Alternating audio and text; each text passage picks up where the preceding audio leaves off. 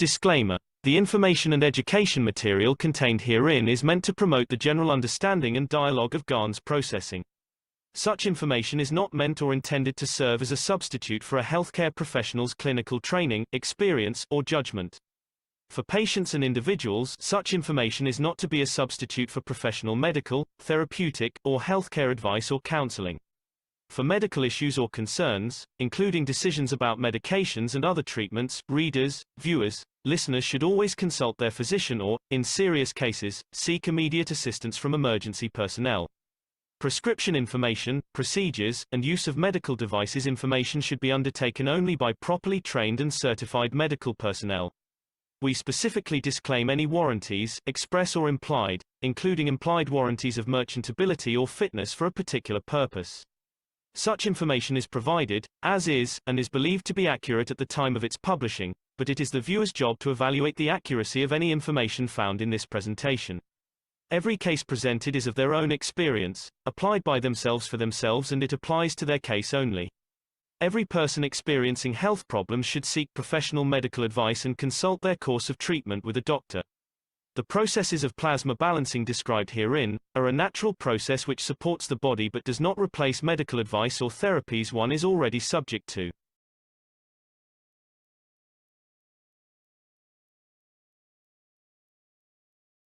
And let's take a moment to help me welcome, Alex Skorik will be delivering today's knowledge and presentation.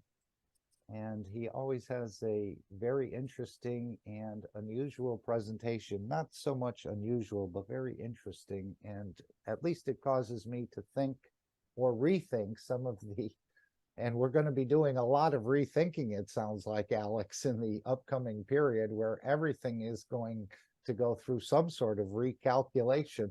And I'm sure, as I said earlier, there's going to be a lot of debate and maybe some heated debate over this, but we welcome you joining us and we're pleased to have you here today. So thank you, Alex, for joining us. And thank you very much, Mark. I just wanted to clarify, is everyone able to see my screen?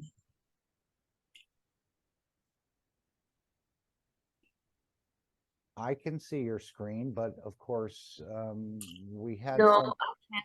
No. Okay, you have to change me to co-host, please. Oh, I thought we had done that. No, I had okay, you had to go crash out and come back in, and then it doesn't always. Sometimes it does co-host you. Oh, there we go. I didn't notice that. Thank you, Alex. Yes, we can see. Okay, so we don't have to make everyone a co-host. I guess that's that new focus mode. Thanks, Gail. And thank you, everybody, for being here on this smoky afternoon in Canada. It's actually a beautiful day if I could see the other side of the road, but there's that much smoke here. That much? There's that much smoke, yep. So I thought that was all under control. Are you in a different area? Or am I just behind on the news? Or did more events happen? I don't know. Something, huh? But you're breathing the smoke. Okay. Is it orange or white? Now, this is a very good question. So I can certify that it is white smoke. In other words, that is coming from the burning of wood. Yeah, the last time when someone called me and they said that if I could smell the smoke outside, I opened the door and I see an orange tinge in the air. I could smell the smoke, but the orange color was off. But someone else said maybe it was the oxygen scavenger or something that they used to put out the fire. And the KAKT Foundation has a beautiful technology for fire suppression as well, as I understand it. So go right ahead, Alex. Sorry for interrupting. No, that's fine. I don't think we want to make too many comments, except, the children should play with matches. As Smokey the Bear says, only you can prevent forest fires. Anyway, this is the North American teachings, and I want to welcome everybody here, and not just say the ones from North America, but from those around the world. all over the place. And this is what makes this meeting so strong, because what we're talking about is obviously very important. This is the modern plasma science. And what I'm trying to do is to condense all the teachings into something more bite-sized. And these teachings come from Marin Devakolikesh. And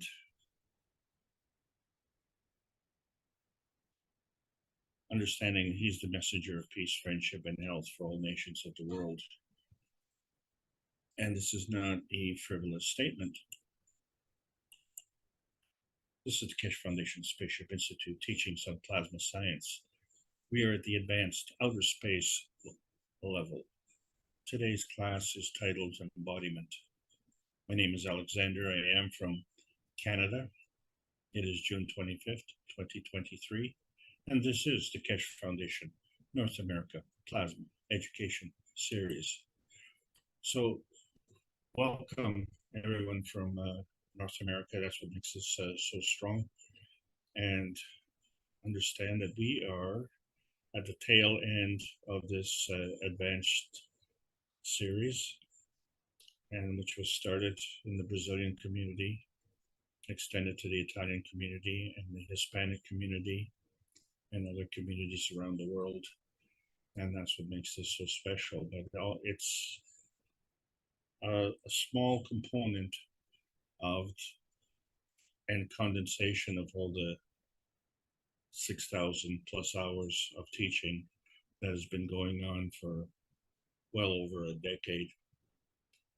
And we're still here, and we're still talking about it, and we still haven't done anything about it as a planet, because we don't understand this embodiment problem, because we're too busy looking for outer space. And as we see in book number 2, The Structure of Light, somehow, somewhere, we got from there to here.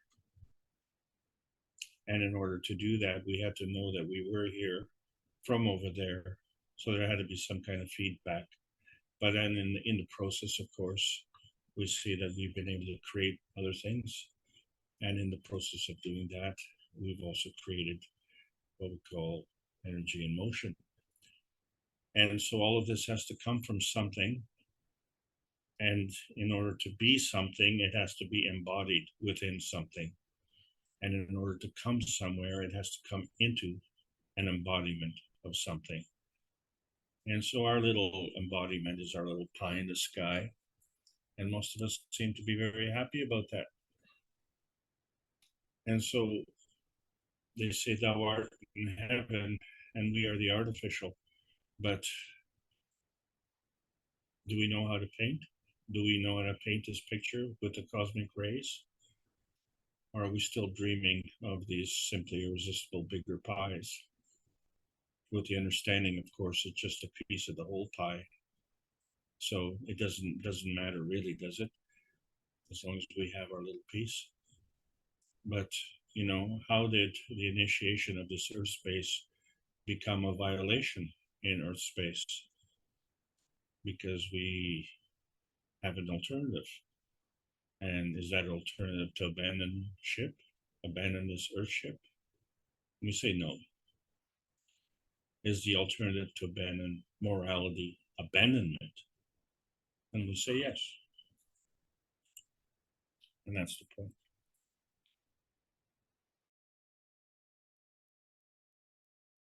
Because the creation of the universe was based on this. The universe is created for morality, and that morality manifests itself into energy. So the universe exists from energy, and energy is always in motion, and energy is always positive. So how do we know which way it's going? Well, we have to apply a charge to it. And so when we know where it's going, it has to go from somewhere to somewhere, as we've said. And so when we look at book number 1, the universal order of creation of matters, we see the convergence of all of these different energy levels, which we speak of as matter, state, dark matter, and antimatter. So that's one side. Or what about the other side? And does it have to be on the same matter level? Or can it be in a different energy state? Doesn't that count also? It's a place, isn't it? It's a position, isn't it? It's a maggraph, isn't it? So regardless of the energy state, you can go from one to the other, or you can stay in the same energy state that you're at. This is pretty good. But the thing is, in order to create this maggraph, that's the key. And so we find that when two forces come together, they create something. This becomes an inertia manifestation. And it doesn't account for time or distance. That's irrelevant. And so when we look at our own particular manifestation, you know, we say, well, is it just a dream? And what did we dream of? I guess we had to dream of Earth, didn't we? Because that's how we chose Earth. And so once we see our planet within our dream, then we can choose it, and then we can go there.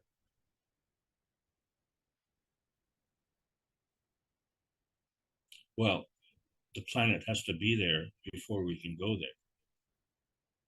And then once we go there, then we have to be there.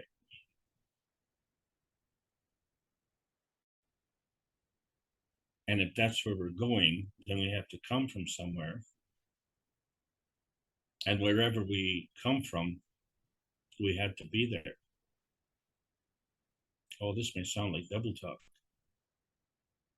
But the thing is, you can only jump from one field to another. You cannot be nowhere. You always have to be somewhere, in some place. And so, how do you decide? Well, the first thing, we have to have a place to go. So fortunately, the Earth understands this. It understands how to bind the energy paths coming together. So the Earth was created from the absorption of energy, and more had to come in. And this all was facilitated through the law of attraction, which is manifested through the gravitational force fields. And so we see the various parts of the Earth, the magnetosphere and the crust and the core and the equator. And so all of these energies are coming in, except for some cosmic rays, which just seem to go right on through. And so whether it comes in or whether it goes on through is determined by its susceptibility. So fortunately for us, we've had a lot of susceptibility because we have this beautiful planet.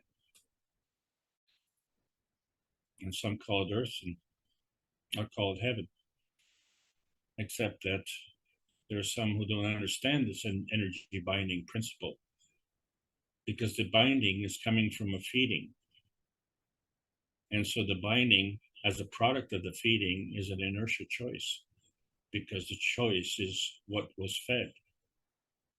And it all comes in a vacuum. Can we operate in a vacuum?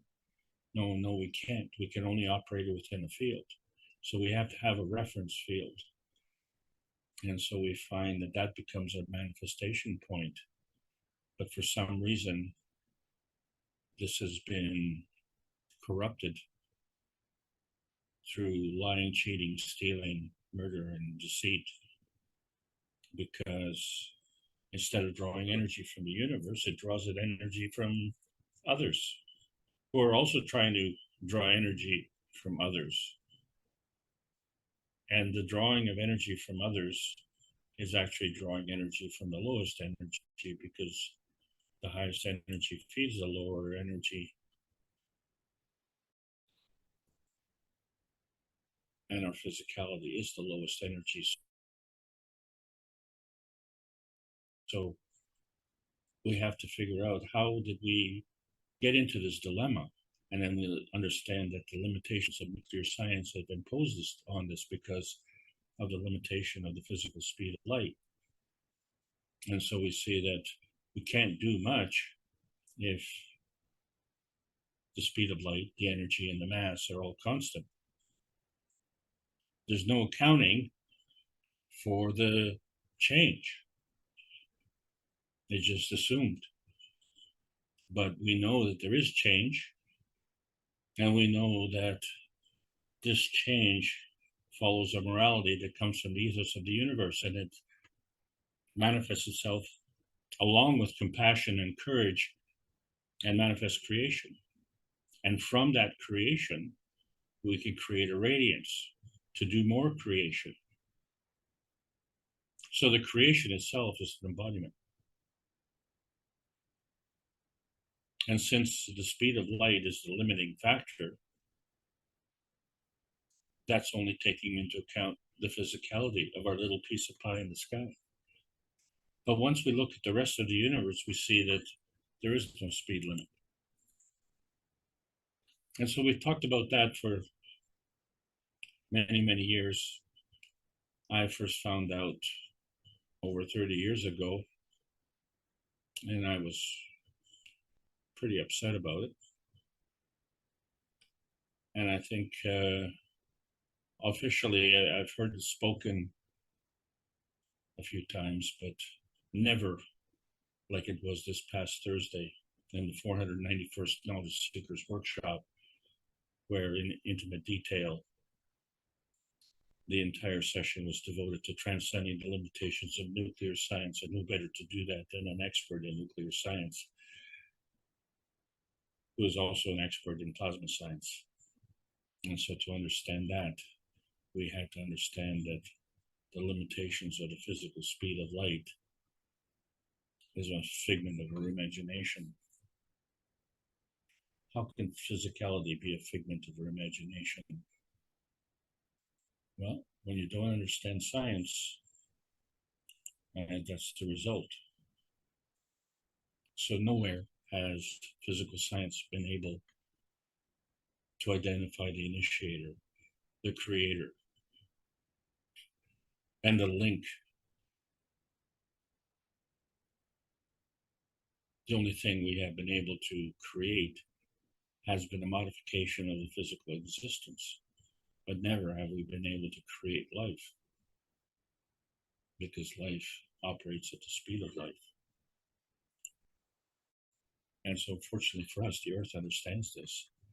And in order to maintain this mag-graph balance, you can't just take the energy in, but you also have to emit the energy out. And what does the earth emit this energy out of? Out of it, the embodiment of all the energy that is accumulated. And so this is all done simultaneously, where energy comes in and energy goes out, and more energy comes in and more energy goes out. And so the emission follows the rules of repulsion, which is representation of the magnetic force fields. And so when we look at the embodiment inertia, we see that it's energy coming in and more coming in, and energy going out and more going out. And we see that beyond the magnetosphere is a vacuum, and in the core of the embodiment is a vacuum. But we don't live in that vacuum, right? We live in the biosphere range. We're in between the magnetosphere and the magnosphere.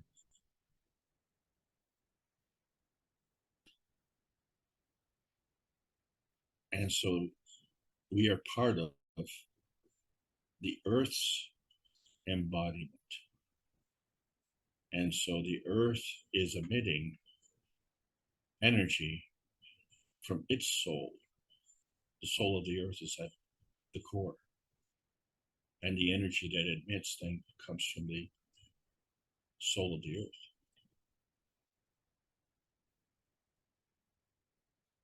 So that's the emission from the Earth space embodiment.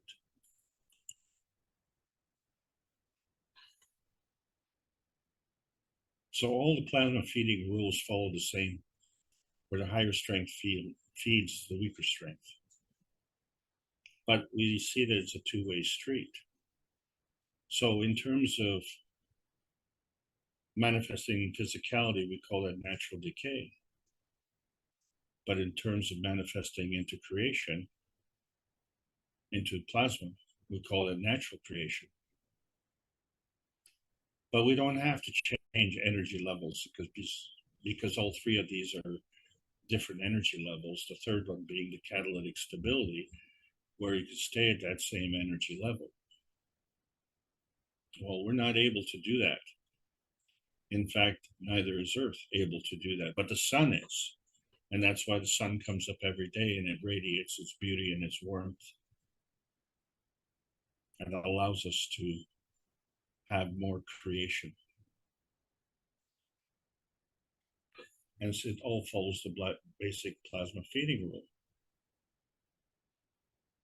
And if the higher strength feeds the weaker strength, then we see that it all has to do with a relationship and a sequence. And so these follow the rules of attraction and repulsion, which are manifested through magnetical and gravitational field forces. The magnetical being the feeding, the gravitational being the feedback. You have to have the feedback, don't you? Because how do you know when you're full? So you have to be able to turn it on and turn it off, don't you? And you have to adjust the strength. Because if the stronger feeds the weaker, then you have to be able to increase the strength. And likewise, you have to decrease the strength. And who makes that? Who makes that decision? Someone has to make those choices. Because that affects your positioning. And so if you understand how to change your position, then you understand how to enhance or diminish your field strength. And so when I say you, that's you. You're the last man standing. You can't delegate this to someone else.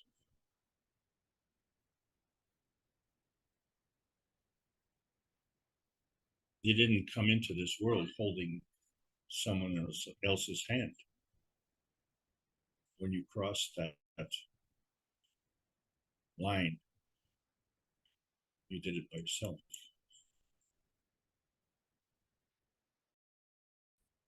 You had to make some choices. And these were plasma choices. And so it's like the popular game show, let's make a deal, let's make a plasma deal. And if you want to open up these doors to this knowledge, and they say, well, you can only choose one. Well, do we only operate in the physical world? Well, actually, obviously not. And so we had to resolve this anomaly. So if we can't open the door, maybe we have to go around the door. Because wherever we're going from is a maggrav condition. And wherever we're coming to is a maggrav condition. And so it's possible for both of these maggrav conditions to be visible. But what is unseen is this non-visible connection. But it has to be there. It has to be there. Because somehow you got here. And where did you come from? And how did you get here? Maybe you went to this plasmagen travel agency and say, well, you can come to Earth. You're born to Earth. Well, I don't know how I got here, and it's above my pay grade, so I don't care to know how. But you were born for a reason. And maybe you don't know that reason. And maybe you don't care to know why. But understand that, if you want to travel to Mars and you don't know how and you don't know why, and you don't care to know why, remember that you were born to Earth and you weren't born to Mars. And we don't want to go any further because we can't insult the ignorant, but you can insult the soul. And the soul will seek revenge, but not in the way that we understand it on a physical basis, because the soul communication is through the cosmic rays. And the connection is the Carbogen connection. And it's all part of the nuclear creation, but not the kind of nuclear creation that we see as a limiting factor in terms of our knowledge, but it's a nuclear creation from the soul embodiment. And when we say the soul embodiment, obviously the soul has to be somewhere. So where is that?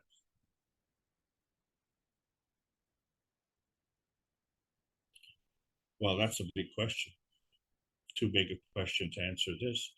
And we tried to answer it in book number 3, The Origin of the Universe. And so we see, well, where it comes from. But man's universe is the only thing that we're preoccupied with. And so we see that in the process of creation, we create a sister universe.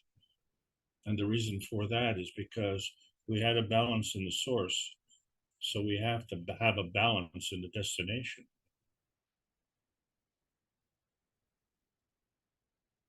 And that balance means it has to add up. So when we look at the source and we say it's a certain size, and we look at the destination and we say it's less.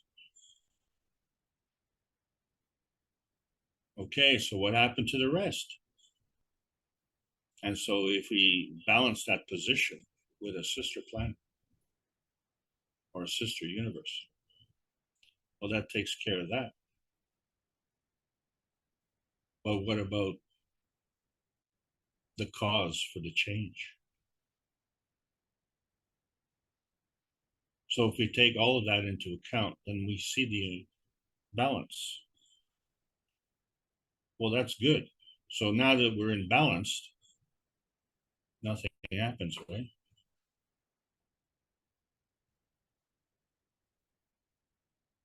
Obviously, there's a lot going on. So there's something that's missing. So we have to see that when we discuss physicality, we see that it's a natural decay coming from the plasmatic fields down to the physical fields. But we find that within the plasmatic fields that we can go through different energy levels. We already know in the physical fields that we can go through energy levels because we have air, water, and solids. And they all operate on different field strengths. And it's not that air is one thing, water is another thing, and say copper is another thing. Copper can exist in a gaseous form, a liquid form, and a solid form, provided we change the energy state. But that energy state is changed on the physical level. It doesn't account for how the copper was created. And so when we look at the plasmatic creation, we see, for instance, with carbon, the physical aspect is carbon-12. But there are isotopes of carbon. So these isotopes are not in the physical, they're in the plasmatic state. And so they're more dense. But gravity seeks density.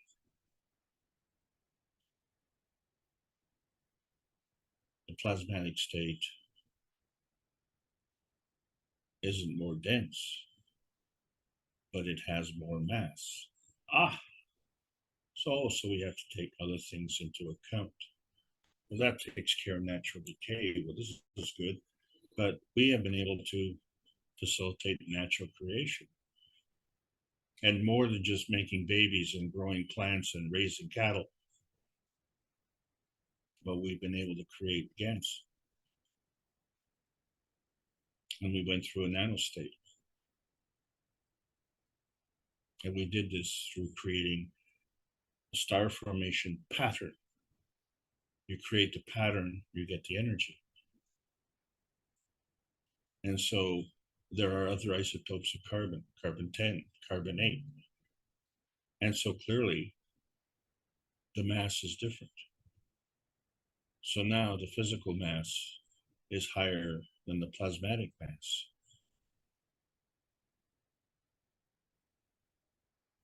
Is it really that simple? Well, if you're looking at field strength, yes. But, you know, for a lot of people, they don't want to take other things into account. They don't hear anything, they don't see anything, they don't think about anything, and you tell them something and it goes in one ear and out the other. And we know there's a vacuum inside the brain, but you can't operate in a vacuum. If you do, you're just stunned. So what's inside the brain? And you see that the brain plays a different game of plasmadeals, where we can have a plasmadeal transcendence, which includes two doors, the x-axis, magnetical, y-axis, magnetical, and the z-axis, gravitational. And the cosmic ray interaction opens all the doors. So actually, two doors swing one way and the other door swings the other way. And how do you know which door is which when all the doors look the same? So we have to take more things into account. And so fundamentally, when we look at the PM ticks, which are part of the matter gen, and these PM ticks are the energy in motion throughout the universe, we find that there's a relationship between the antimatter energy level and the dark matter energy level. These are neighboring energy levels. And then there's another neighboring energy level, the dark matter to the matter energy level. And that's if it's done in a straight line, but the universe is curved. And so if we see the connection between the matter energy level and the antimatter energy level, they are also neighbors, but it seems that on this planet, they're disconnected. And it causes a deficiency. And where is this disconnection?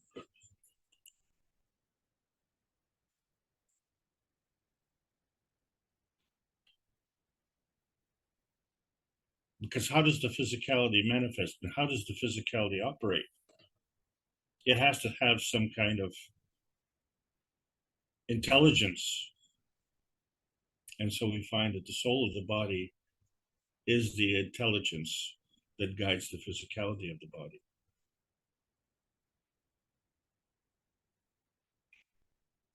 It has to organize 70 trillion plus cells in the body, some of which are kidneys, some of which are pancreas, some of which are knees, and some of which are ears.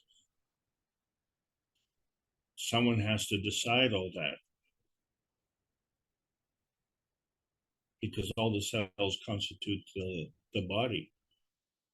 And so the body becomes an embodiment of all the cells. And so that's what keeps the body alive, the soul of the body. But there's energy that comes from the universe, and that's lacking because of the soul disconnection. And so who did the disconnection? So if the higher strength feeds the weaker strength, and it does this unconditionally, then the soul of the man is feeding the soul of the body continuously.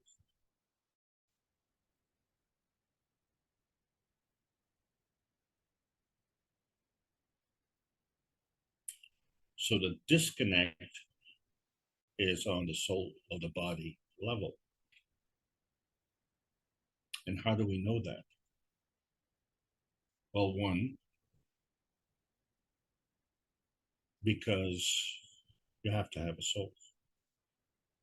You have a magnetical and gravitational relationship, which creates a maggrav condition. And now you have the soul level. One moment, please.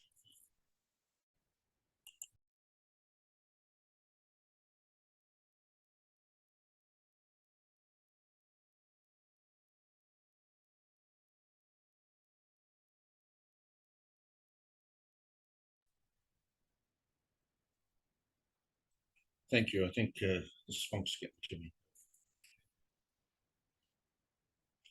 So we've determined that we have to have a soul because of the magnetical gravitational balance system. And we have to have a soul of the body because the body is alive. But this living body seems to forget how it's living and engages in the stealing of energy from others. and sometimes the extent of it goes to murder. And during wartime, of course, that's the difference. Our society doesn't condone murder, although we have murder in peacetime. But during wartime, then the governments authorize murder. And so the war has to be declared to authorize murder, but that is an authorization on man-made laws, not universal laws. Universal laws don't accept murder. And so that includes murdering yourself, which is called suicide. So we've identified the soul and we've identified the physicality. And the only way the physicality can act this way is to disconnect and be disconnected. So in other words, really, that means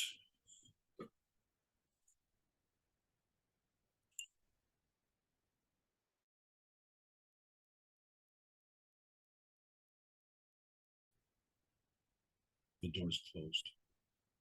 The soul is disembodied. The soul is talking, but the body's not listening. Or maybe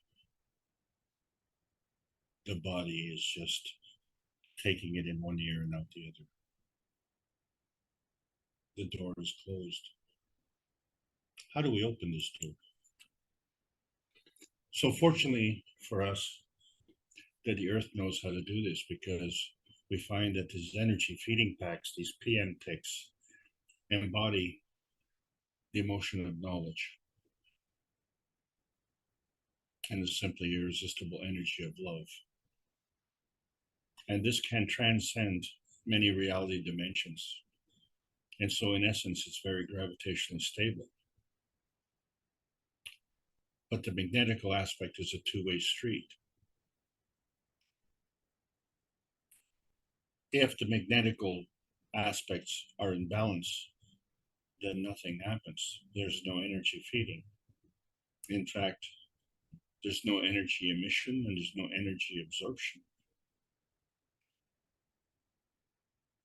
So there has to be a difference in field strength. That gives you your direction. And depending on the strength, difference of the field strength gives you the strength of the overall transcendence. And it can stay at one energy level or it could transcend many energy levels. And so that's what we refer to as a charge. The charge is part of the emission pole, which is magnetical, but it's also part of the gravitational pole, which absorbs energy. And so depending on how this energy is manipulated, it affects the rotation of the field. The field has to rotate because you can't stop the energy. The energy keeps moving. And it doesn't just move at the speed of light, but it moves at the speed of life. And so we know that that can change in terms of strength and in terms of direction. But in all cases, it's a two-way street. So as the last man standing, we have some choices here. So we need to choose at least two. And the reason we need to choose those two is because that is our point of view. Our point of view is the gravitational point of view. So, you know, which way are you going? Well, who decides? And so when we look at the interaction of different plasma fields, we find that each of those fields has an emission and an absorption. So there's an interaction of plasma fields, and those interactions represent a field strength. And that interaction is where like poles repel and opposite poles attract. So if you're looking at two fields, you're looking at two magnetical and two gravitational doors. That's 4 doors. So those 4 doors come into this 3-door thing where you have this inertia field of attraction, and it too has 2 fields of repulsion. And that's a good thing because we can determine the path length. And so we see how these 2 fields, and they have a gravitational stable core and a magnetical relationship. And one side's stronger than the other, so they have an affinity for going in one particular direction, and opposite poles attract. So we can have these 2 atoms come together and create a molecule. So for instance, one copper atom could attract another copper atom, and so now you're making a copper metal. And so that's all based on susceptibility. But it doesn't answer the question, did you create the copper in the US or in Chile or somewhere else? Because somewhere else you created gold and somewhere else you created oil. So there's no accounting for this change. But does it have to come together? And so we find there's this intermediate level, this monatomic level.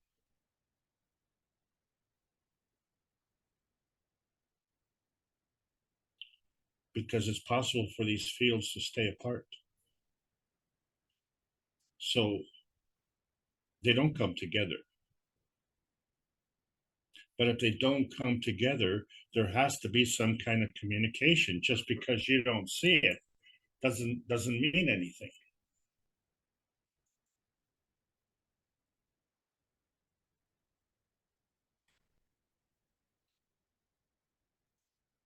So the difference between a physical atomic structure is these atoms are linked up. But when you deal in a monatomic structure, which is in a higher energy state, it's still part of the physical manifestation. But it's not a chain, it's unchained. So you don't see that connection. And remember we said about the invisible connection? So it looks like the doors are closed, but are they? And not only that, but we can layer these monatomic chains, which are unchained. And so now what happens? Well, within each of these positions, which we call nanoparticles, we also have gaps, and these are nanogaps. And so millions of nanoparticles have millions of gaps. And so the combination of all these nanoparticles make millions of magravs. And as such, millions of dynamic plasmatic reactors. And they're still part of the physical part. So when we're defining plasma, we have to understand that the plasmas are all a kind of energy state. But they go from the radiance of the soul to the physical matter state. These are all different kinds of energy states and all these energy states in between. And it depends on your point of view because you're the gravitational one. And so you have to understand your point of view with respect to our Earth space.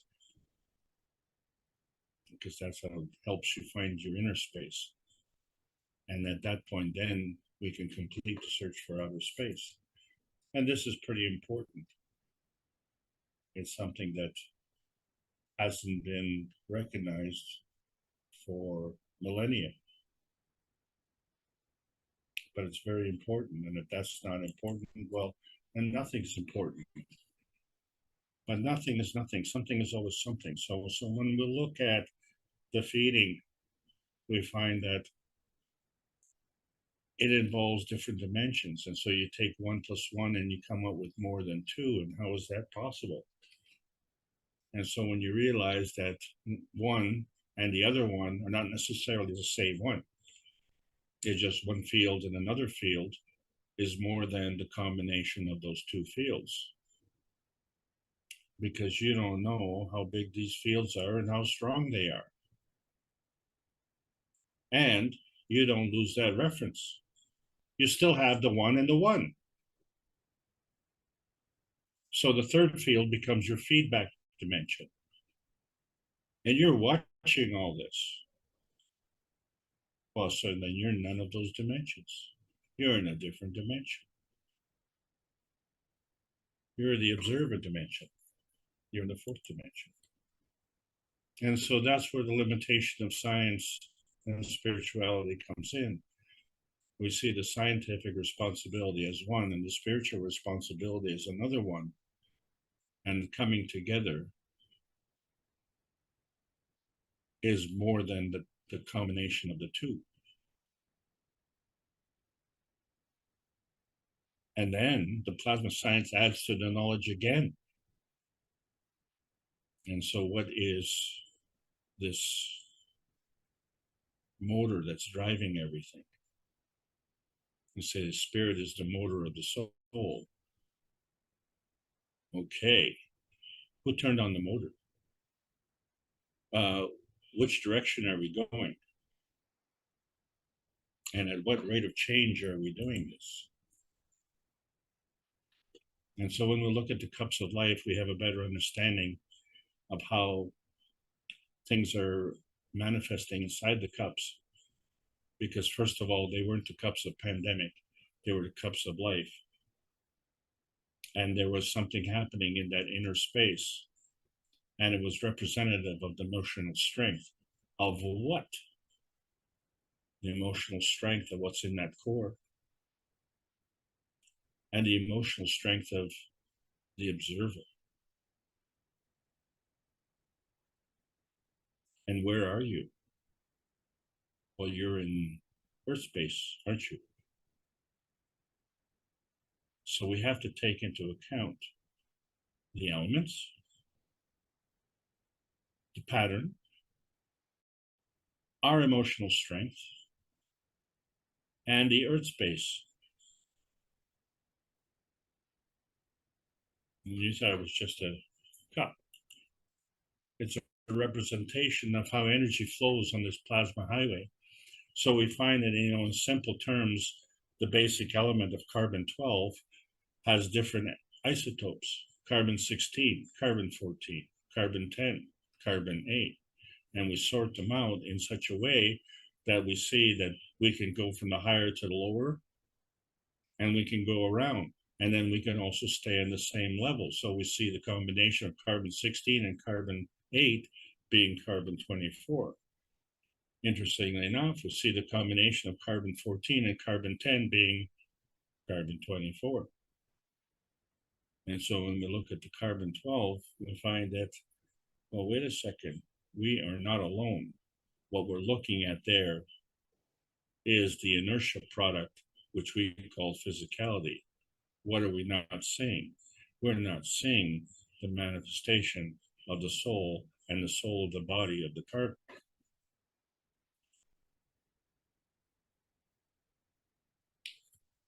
So we've resolved that anomaly, and we can do that by relating to something that we all love.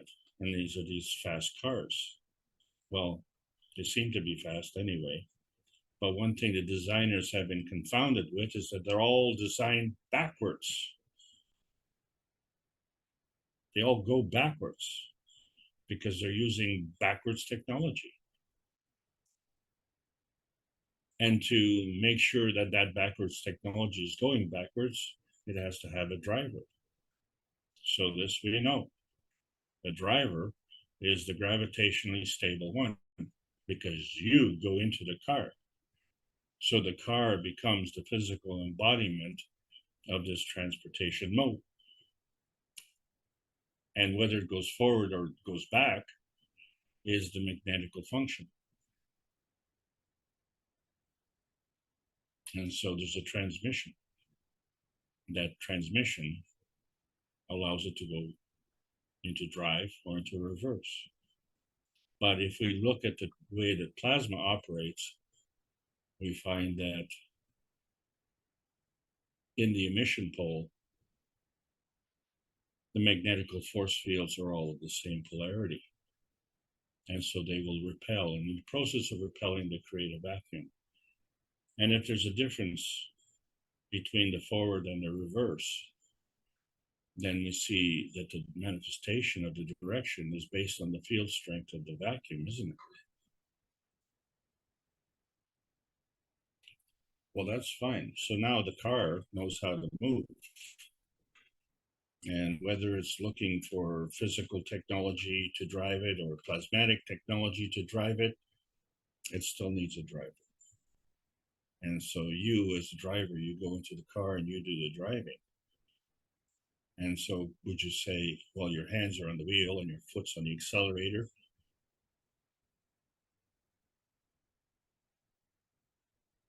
But that doesn't make you go anywhere.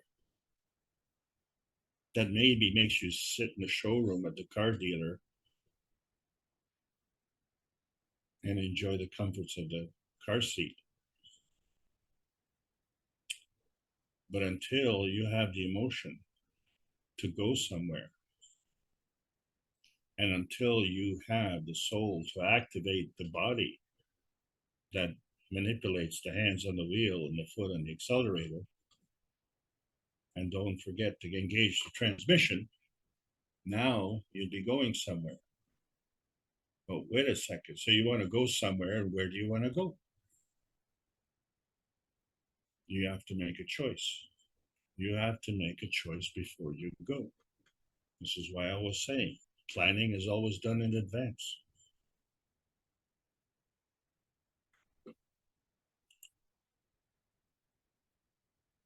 So we're always converting energy. And it's a two-way street.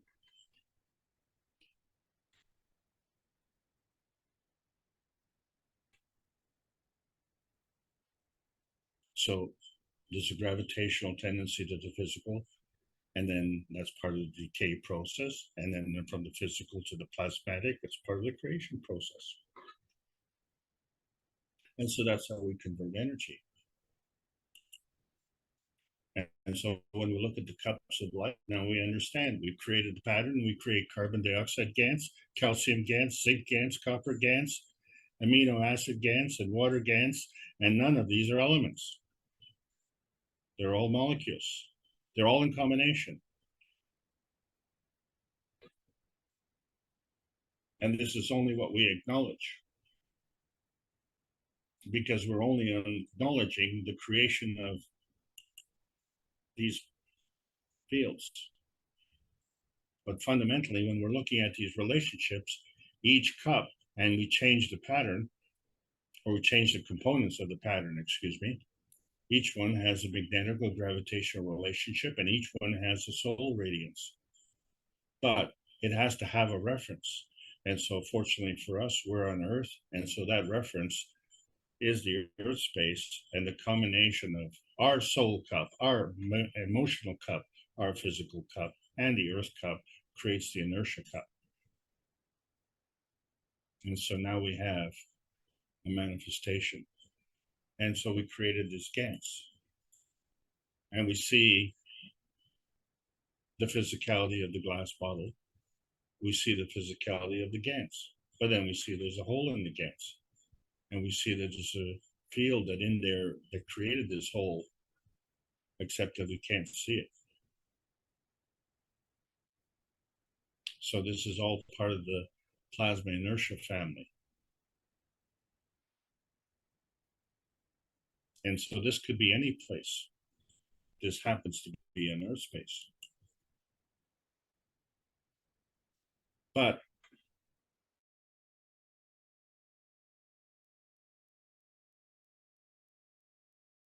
the way we described it, magnetical on the other hand. So what we are not seeing here is how does this get balanced? So let's flip this around. There we go. Now we see that the magnetical force fields go in two directions, and they emanate from the embodiment of the gravitational field force in between. And so in this case, the in-between field is the carbon-14 and the carbon-10. And so the extremes become the magnetical emission.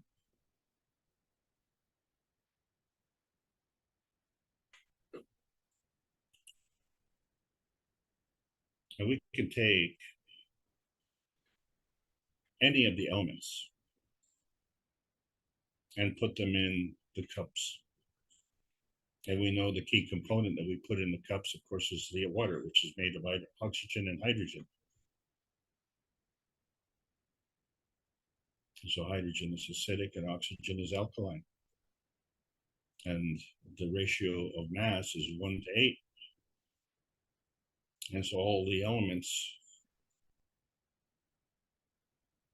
come in combination with these two to create GANs. But not only. In an advanced state, we can have a relationship with oxygen and hydrogen.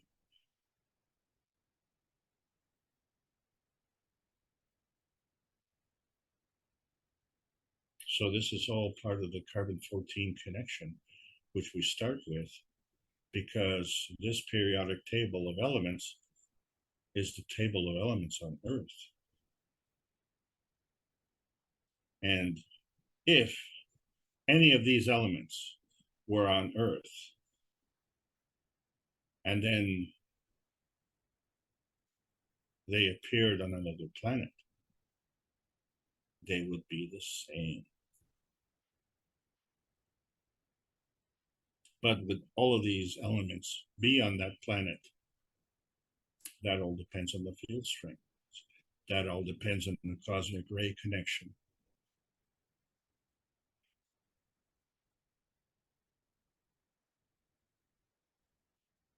So there might be less elements, or there might be more elements.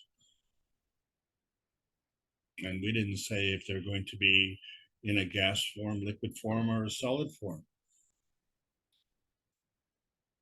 There are a lot of factors to take into account. But we see that GANs, what it is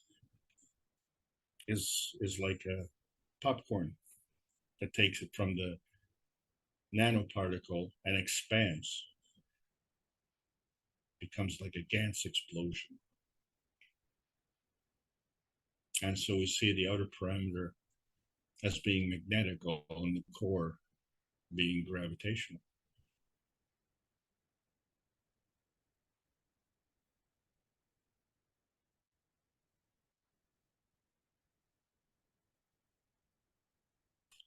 Because of the balance of these field forces, it's stable. But in order to exist, it has to exchange energy. Because if it doesn't exchange energy, it doesn't exist. So when we look at a somatoscope and we see the blood cells, and what we see? Well, we see that they're empty. There's nothing in there.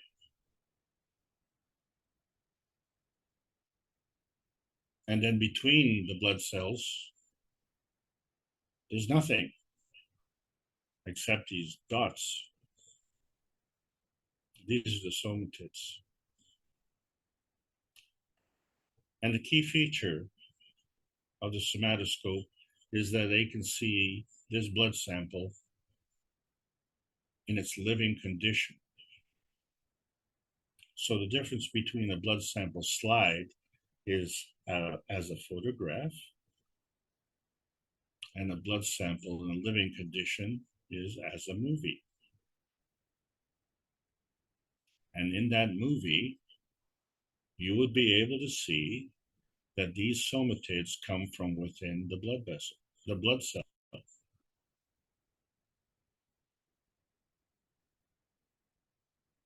But there's nothing in there. There's nothing inside, and then all of a sudden, there's a somatid on the outside. How does that happen? So there's a vacuum condition inside, and there's a vacuum condition between the blood cells. But we can't operate in a vacuum. So the blood cell is operating in a field. It's gravitationally stable.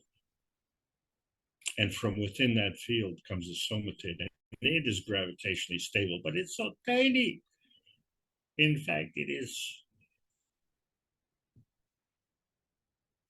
I would say, the tiniest physical thing on this planet. I could be wrong. But the fact of the matter is, it's created from the blood cell. And we don't talk about that. I don't know why.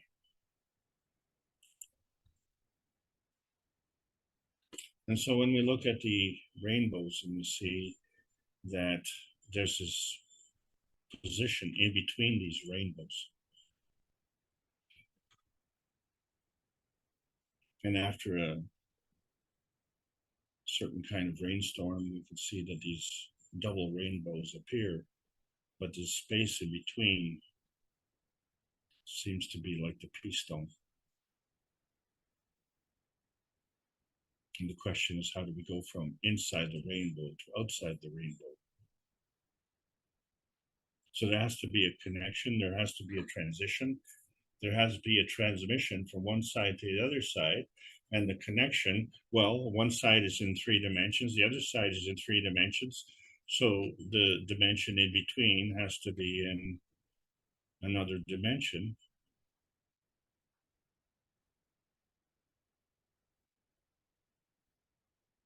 How do we cross that over? I call it crossing the Bardeau. What does that mean? And how far do you go? And so if we look at the universe and we say, well, it's a big place, but it seems to have a boundary. How does that boundary get defined? It has to have a magnetical gravitational relationship with something else. Well, what is that something? Especially if that something is nothing. How can you have a relationship with nothing?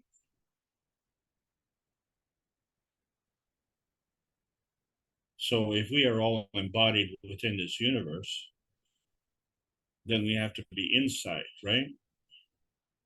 But if the edge is defined by being connected to something else, so then there's an outside.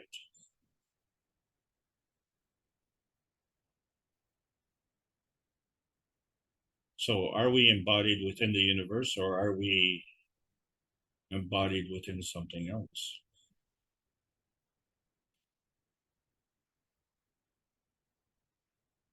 So there's a difference between the universe embodiment and the unicos embodiment.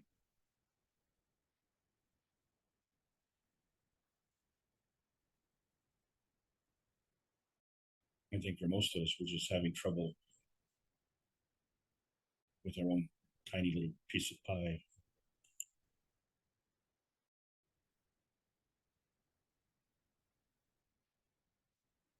But we are passengers on this earth space, and so we are embodied within this earth space. So this earth space is embodied within the universal embodiment. And so here we are within this earth space, this biosphere range within this earth space. And then we see these physical craft. And then sometimes we see these translucent craft. And maybe sometimes we get a chance to see inside. I don't know, we take a little peek.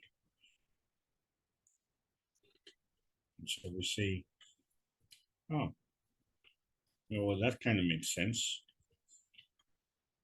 There are magnetical gravitational field forces inside.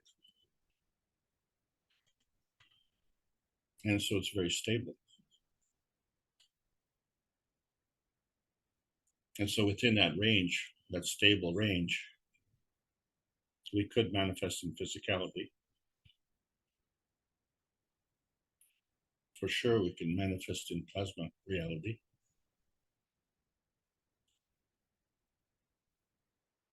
And the gradient, of course, is between the core and the outside.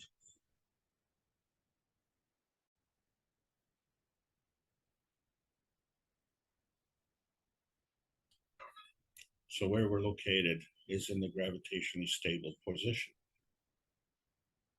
which kind of makes sense because this is not the way we've done it in Earth.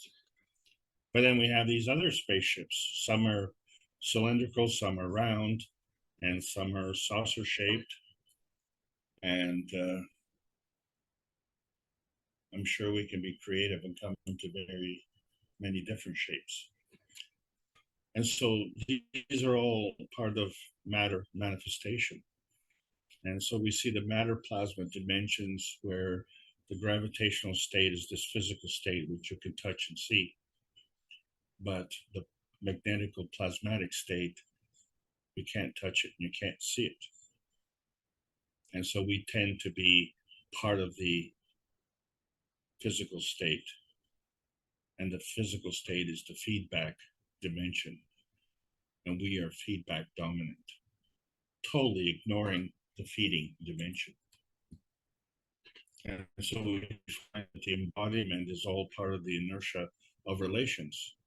And so we said that these relations can increase and decrease. But interestingly enough, you don't just put your foot in the accelerator, you can change by at least an order of magnitude. It's just the same way that the pH scale, it's by order of magnitude. pH of 2 to 3 is 10 times. And so the speed of the rotation affects the field strength, but the higher energy feeds the lower strength. So we see that these field relationships have to be accommodated for by the strength, so the strength can change. And the energy states can transcend multiple energy states. You just don't have to go right to your neighbor. You can jump. And so this Earth space is a kind of energy state, and it is gravitationally stable. And the inner space is also gravitationally stable because it's created this stable Earth space. And we are operating the same way. But the fact that this is created means it is bound to the ethos of the universe. And so plasma itself is bound to the ethos of the universe. So something we have to understand, that when we talk about the manifestation and how two fields come together to form another, any kind of formation of any field is this manifestation. So we said it could be non-tangible or tangible, non-visible or visible. So there is a plasmatic reality always, and sometimes there's a physical reality. So this all depends on the emotion of presence, which too is a form artifact of energy in motion at that particular manifestation point. So to determine the launch field and the target field, you have to make a decision. Which way are you going? And since it's a two-way street, you can go both ways. But you better know beforehand, because you see, you are the one who's making the choices. And so how you convert these choices is with the cosmic rays.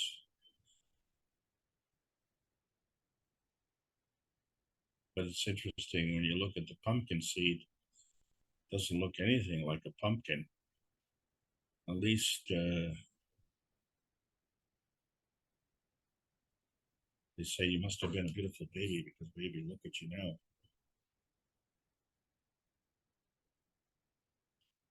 But you can't say that to a pumpkin.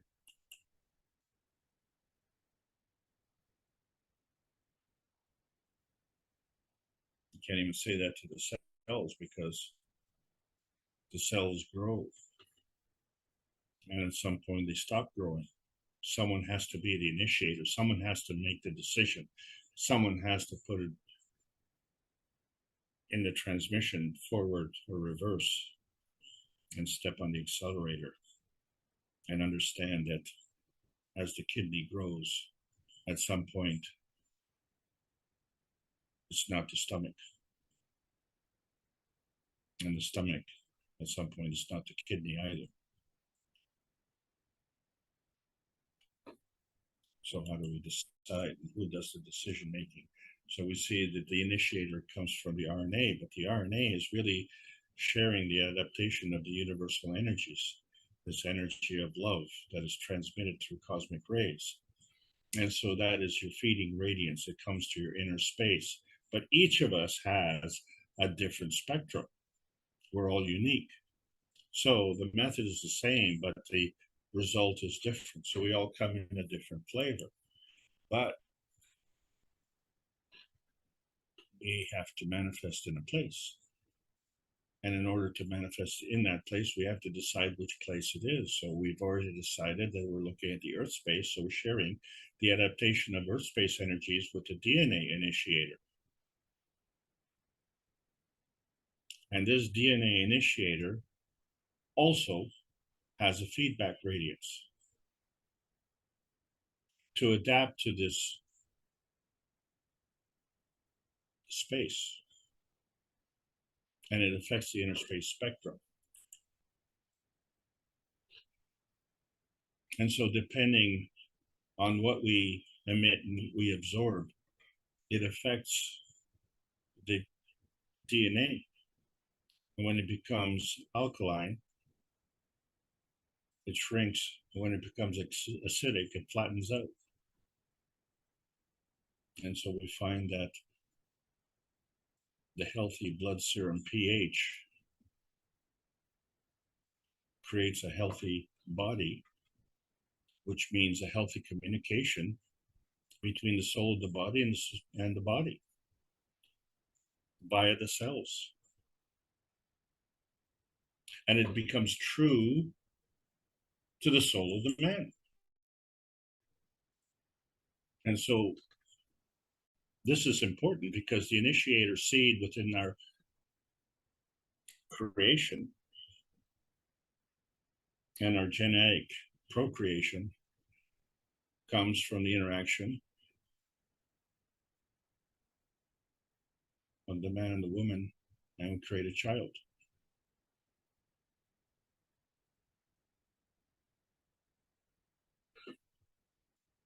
On Earth space.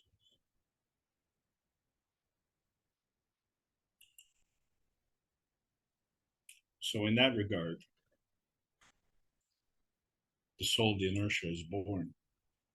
And so that becomes product of the interaction of the inner inertia of the soul of the man space and the inertia of the soul of the Earth space. Is that enough?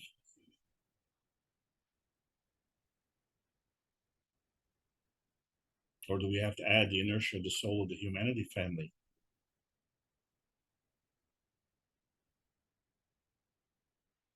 Because we were born as humans, not as dogs and cats and radishes.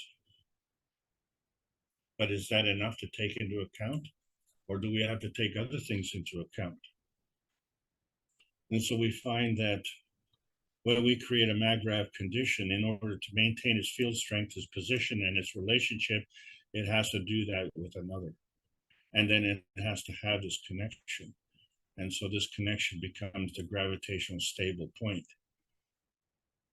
And so we look at how carbon, oxygen, hydrogen, and nitrogen, the structure of amino acid, is fundamental to the creation of life. And then from there, we have a structure and it grows. And then you have a structure within a structure. And then it grows from there. And this is all the creation of this free plasma. Because it's based on the creation of the universe and the exchange of energy from the universe. And somehow we have involved ourselves where we become the driver. And so when we look at these cylindrical objects and we see the plasma structure, we see the balance. We can go forward and reverse just like in the car, but it needs a driver. And so in order to have a direction, one of these magnetical fields has to be stronger.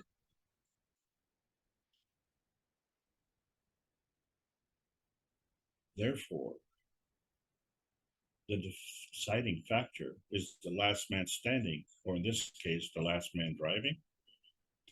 You, as the driver, have to decide, are you going forward or in reverse?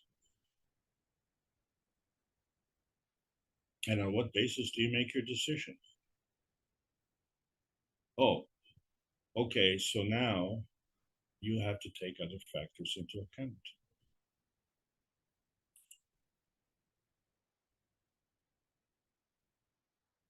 And so once you identify those factors, then you can have this star formation inertia where you want to converge all your energy and make this conversion into a new gravitationally stable position. That becomes your inertia conversion.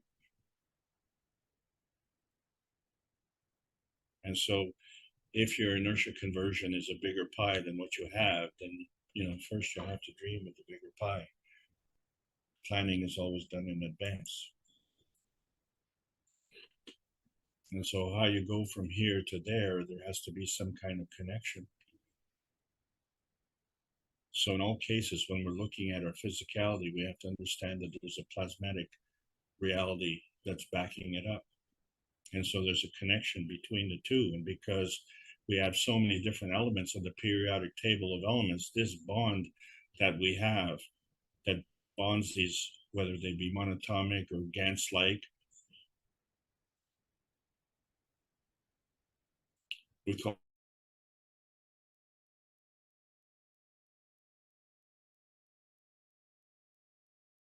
and we have to understand how they operate. We can't just be dominant on the physical point of view.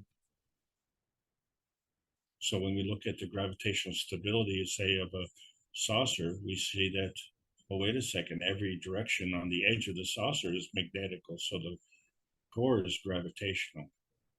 I have to understand that it has to rotate, but if it's rotating, then how does it go in one direction? That depends on the driver, doesn't it? And the destination. So, in direct terms, we look at the cylinder, we see the same thing is gravitationally stable and it can go in two different directions, but it has to have a driver.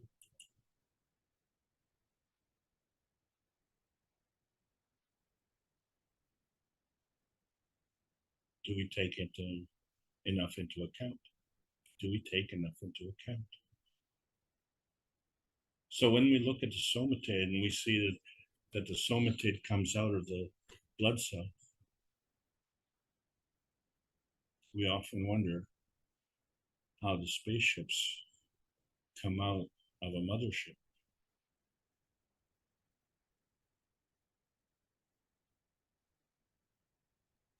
So the first thing is it has to be someplace. And that someplace has to be gravitationally stable. And the origin has to be gravitationally stable. Well, yes, it is. It's a mothership.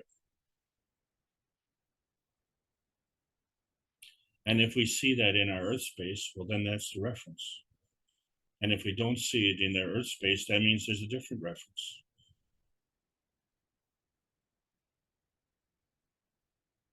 So we have to understand that the inertia field is manifest from the magnetical gravitational interaction of the stable field with the magnetical gravitational field forces of the stable field of the environment,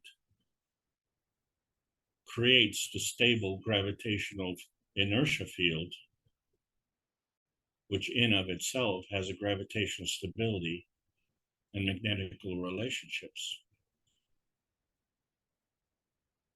And then from that point on, it has to have its own guidance. And so if we're looking at the guidance on this earth, then we see that the relationship this earth has with the universe takes into account the soul of the sun, the soul of the man, and the soul of the earth. Lots to take into account. And we're just trying to deal with the inner space soul of the earth body. That has to interact with our soul of the body. It is at that point that we are looking for this physical earth, the physicality of the earth body, because it is on the physical earth body that we can have the physical manifestation of our body. So if the earth body is not here, we can't manifest on this earth body. We have to manifest somewhere else.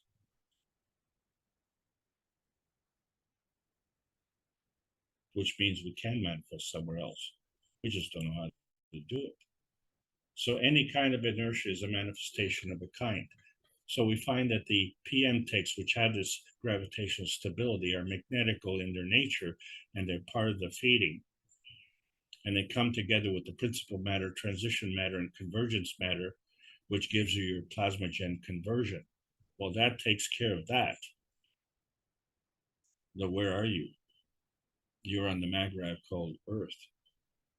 And so that relationship of your plasmagen conversion with the Earth space magrav creates an inertia feedback magrav representing the field interaction and the manifestation thereof, be it an element, be it a vertical person or a horizontal person or a you.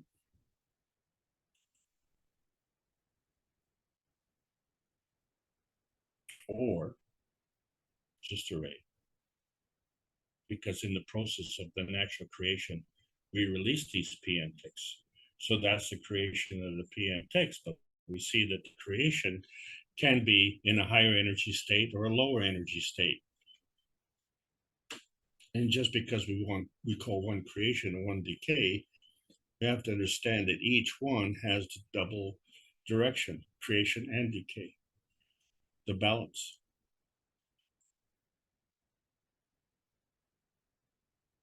It's creation in every direction, whether it's creation in the physical state or creation in the plasmatic state.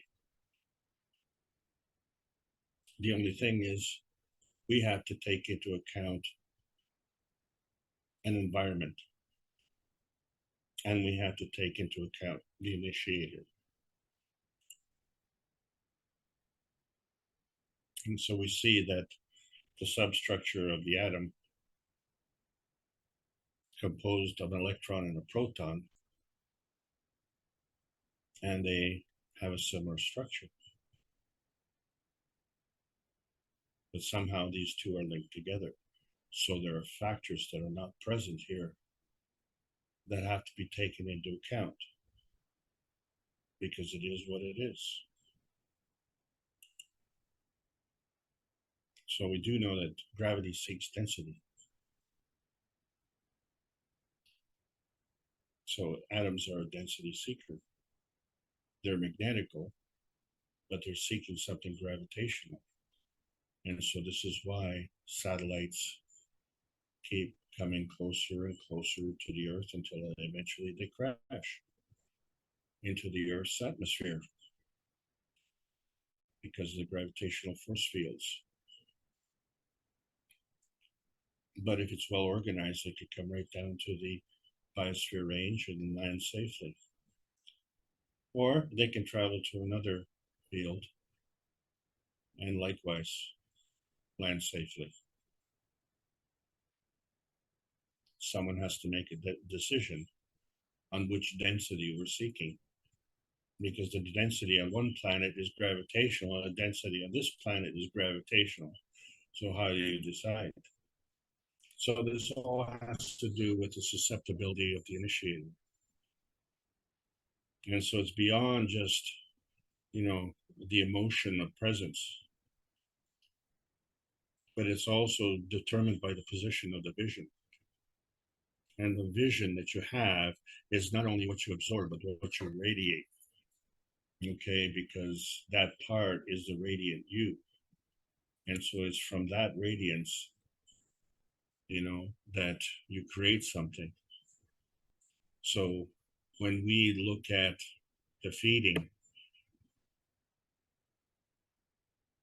when we absorb, the moment we absorb something, it changes us. And how much do we absorb and how much do we change? And then when we do change, it has to affect the environment. And so that becomes the feedback flavor change.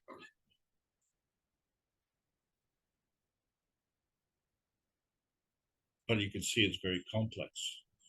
And so fortunately for us, we don't have to take all of these complexities into account.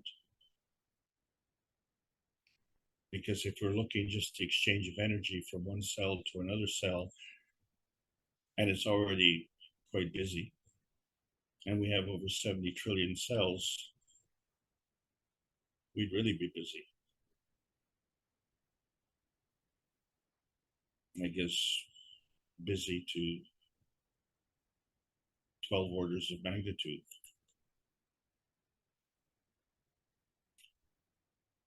But at some point, there's a radiance, and then there's a manifestation. And this manifestation comes from the embodiment, just like the red blood cell in the Subtitled, and just like the mothership and the satellite ships.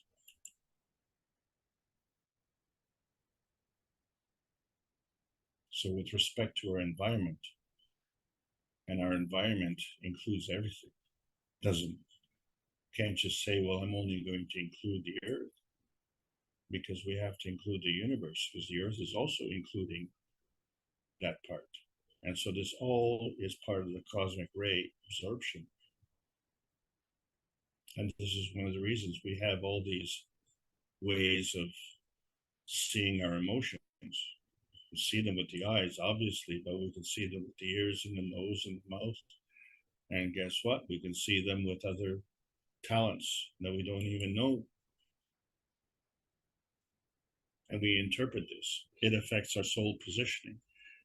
And because our positioning changes, then it also changes our plasmatic symbiosis. And from there, what do we emit?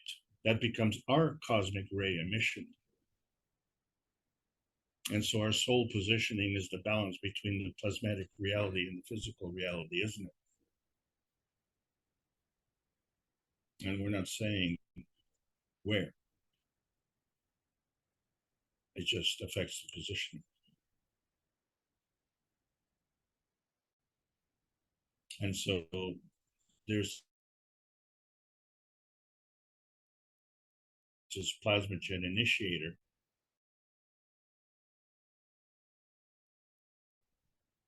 And it creates this star formation. We have the 3 dimensions of the X, Y, and Z axis, and the gravitational stability, and the opportunity to stay within the transmission level of the magnetical field forces, or the transition level of the magnetical field forces, or the combinations.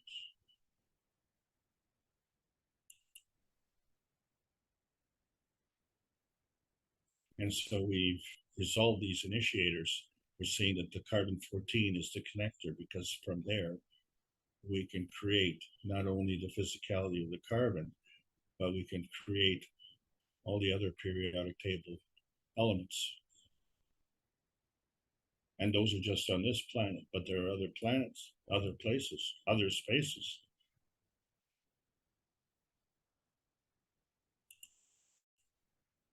And we're just looking at our man space. And so we see that we operate the same way. We have to convert these energies. We have to convert these energies from our soul into our physicality. So we have to take into account our environment.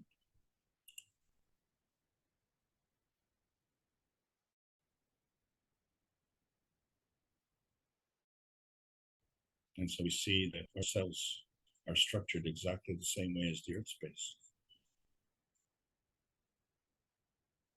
There's an outside, there's an inside, there's an in-between.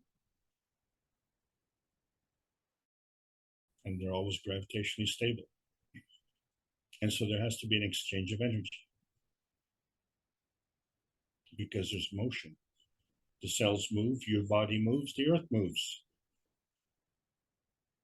And the whole universe is moving. And so the movement's magnetical, but it comes from a point of gravitational stability. And so when we look at our cosmic ray feeding, and why that's important is because we have a feeding radiance that's part of our vertical emission. And so our part of the emission becomes a magnetical plasma that's emitted. But in order for it to come back, it has to, first of all, have more energy to keep moving. And then second of all, it has to have an attraction to come back. And so on its path, it is absorbing the cosmic rays gravitationally. And as such, it's changing its polarity in relationship to how it's going. And it's changing its field strength. And so that becomes part of your feedback radiance, which then in turn feeds your plasma core vacuum, your gravitational plasma, which again starts the feeding radiance. But that's not the only way. You can have a direct feeding from the universe. So direct feeding right to your core, or part of the feeding of the radiance that goes around you. And so if that is the case, then you understand that you can also radiate to other places. And so in the process of radiating that, you create your own somatic.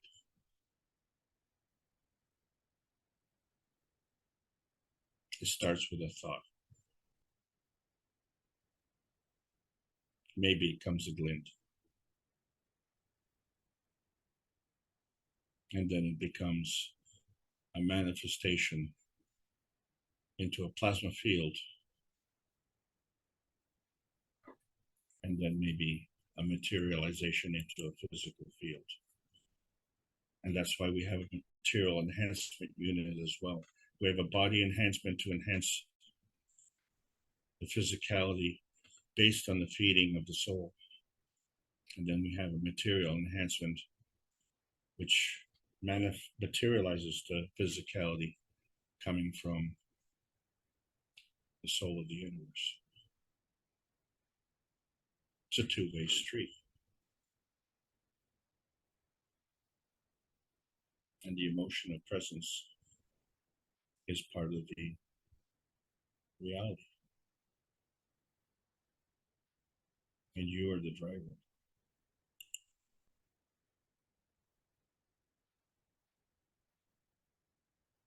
So we see the relationships and how they work. In outer space, we have fields and photons. In the inner space, we have particles and waves. In the cell space, we have the soul of the man and the soul of the body. And in the physical space, we have the inner space of the man space and the inner space of the environment space. So we have to understand that the existence of whatever we are has to take into account other things so that it determines our strength and our position.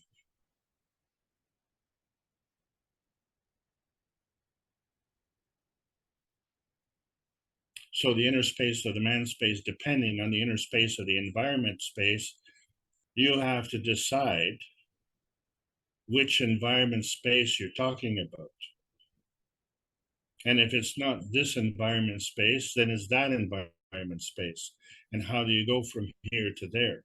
And what is the connection?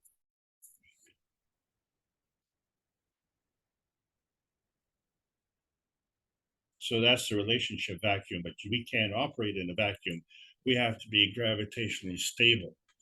And so when you look at the biodiversity of the inanimate souls and the vertical souls and the horizontal souls, you have to understand that we have a diversity in souls of the humanity. And the souls of humanity are part of our soul family. And that soul family has decided on the earth space environment.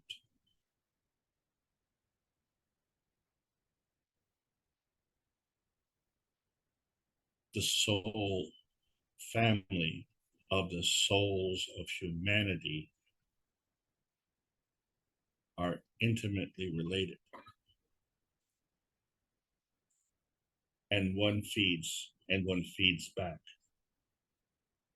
And so you could say the souls of humanity are the blood cells, and the soul of your man space is the somatic. And so that's part of your natural creation, but you have to take into account the environment, the cup of the earth. And so the inertia field becomes the plasma emotion. And that emotion takes into account the emotion of knowledge. And so when we're searching for outer space, we have to understand that in our physicality, that's materialization. And so we're materialized according to our initiator.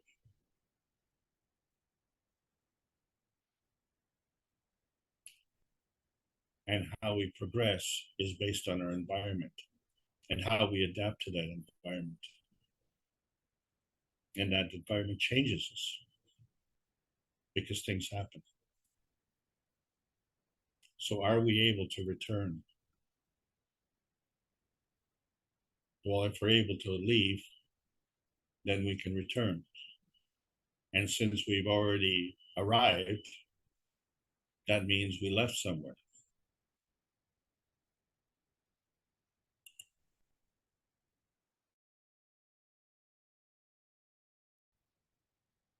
That's why we never understood this pursuit of happiness and why it's always been a launch field failure, because the morality is a cosmic ray function. Man has never launched a rocket into outer space. The outer space embodiment rules inner space and earth space.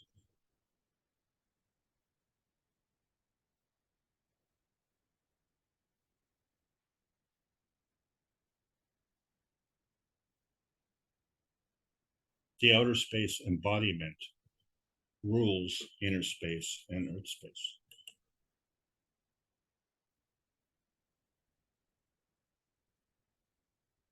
And the radiant you comes from your embodiment.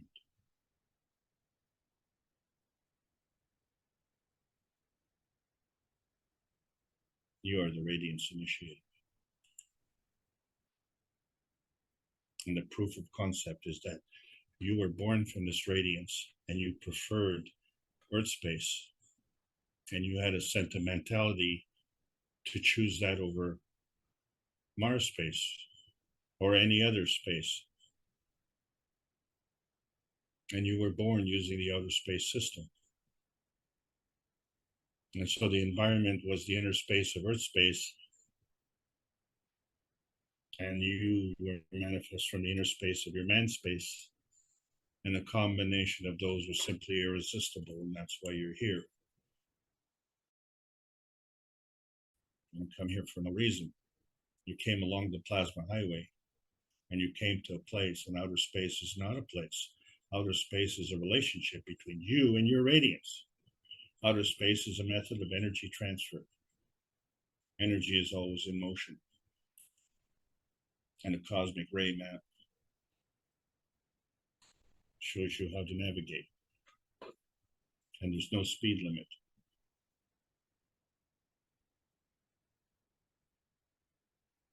And we're organic, which means we're carbon-based.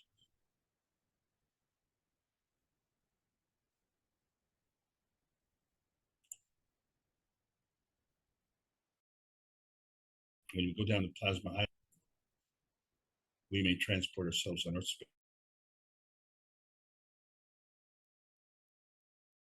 space, or we can transmute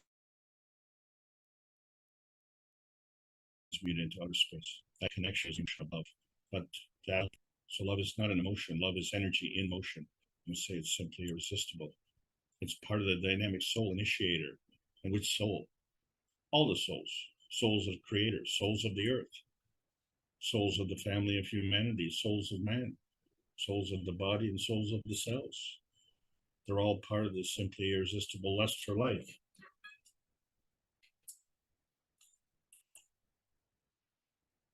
This is where science needs to meet the soul of man for peace, because that's how the universe operates.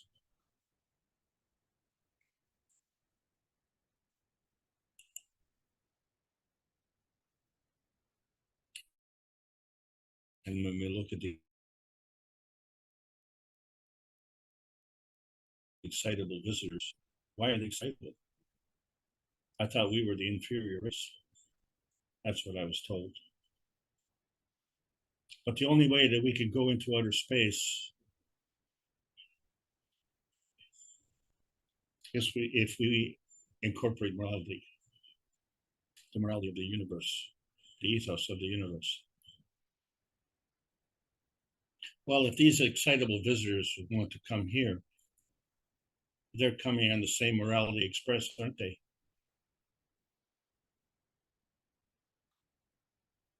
Because the simply irresistible energy of love is a two-way carbon connection.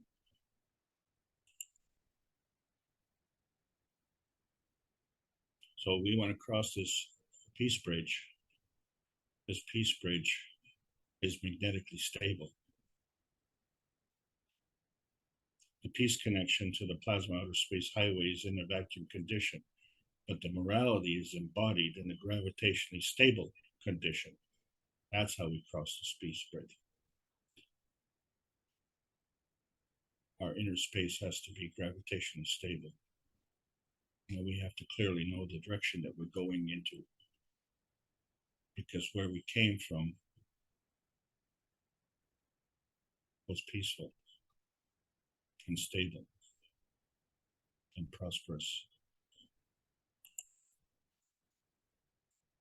Very happy place. So when we look at the soul embodiment, it includes morality.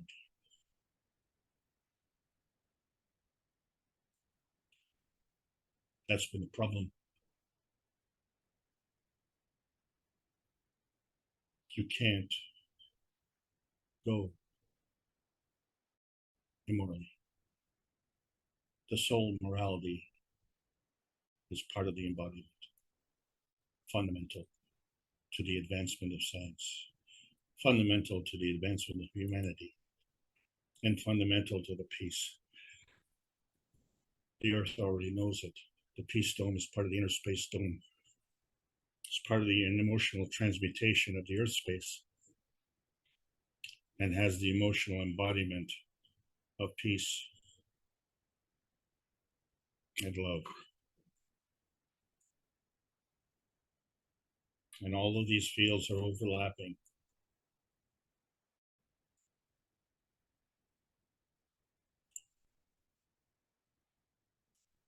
We're in the post-June 6th, 2022. That's right. We're past our first anniversary of making choices to understand how we find our inner space and the relationship between outer space and our earth space.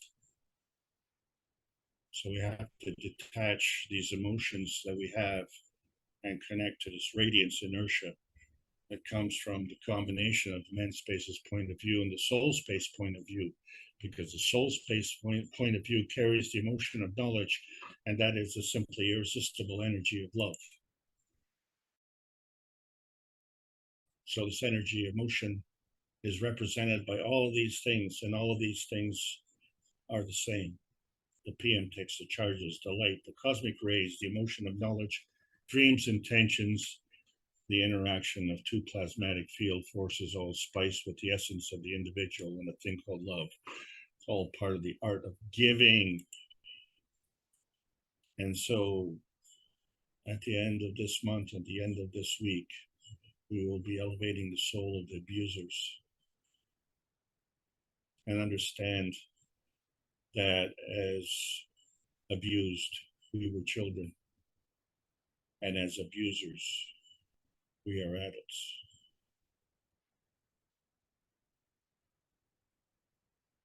We have to clean up our inner space first, and then create the environment for the rest. And I understand how we elevate the souls. And we tried 279, one nation, one planet, one race for world peace. It's all been pretty important. And we can do this in one go.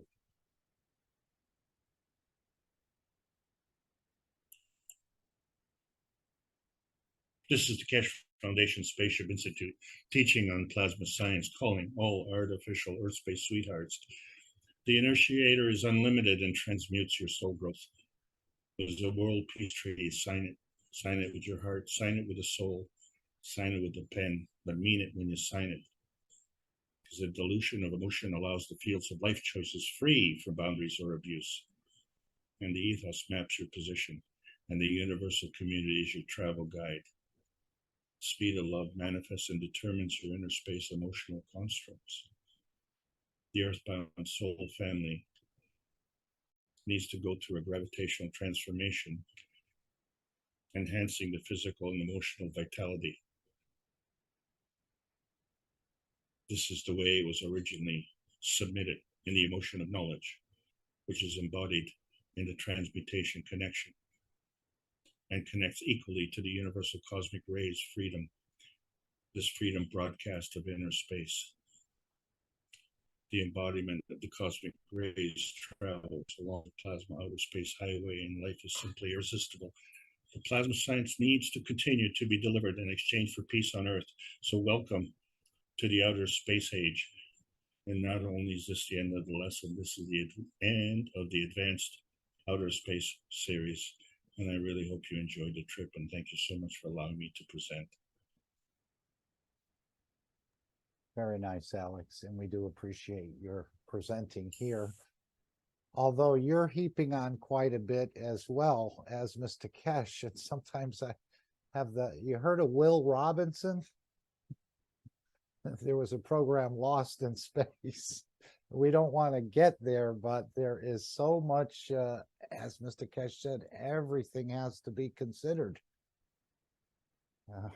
I thought we were going to leave it more up to the soul, but apparently there's a lot of aspects that have to be considered, even outside of the soul, would you say?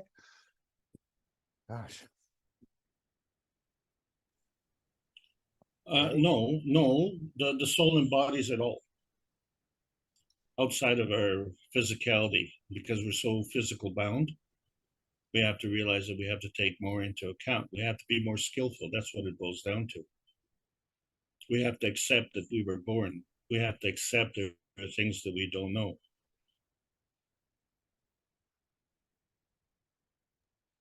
Right. I think he was referring to that in the workshop as well, how we're trusting, even though we don't quite understand this, we're trusting it already, about this dimension of the universe, the speed of light, the speed of magnetic fields. We're already, in a way, trusting it, I think, even though we don't fully comprehend it. I know that was the first time he said he's brought this into the public domain about these questions, but it's been asked for a long, long time, over 40 years, probably. These universal questions, in a way. Okay, thank you. Would anyone like to raise a point or make a comment about the workshop, what Alex has presented, some anomalies, and there must be a number of anomalies or things. like I was thinking, the soul that Mr. Kesh said, there was a soul that came to create this planet. At first, I thought the energies of the universe created the sun, the energies of the sun created the earth, and the energies of the earth created the soul of man.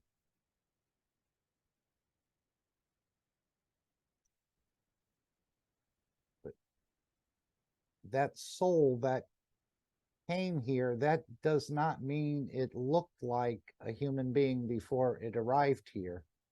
And the other point was, again, the sun has its own soul. And is it like the egg and the sperm when the two come together and then there's a stopping point to allow the soul to manifest, or the soul be created there to complete the work?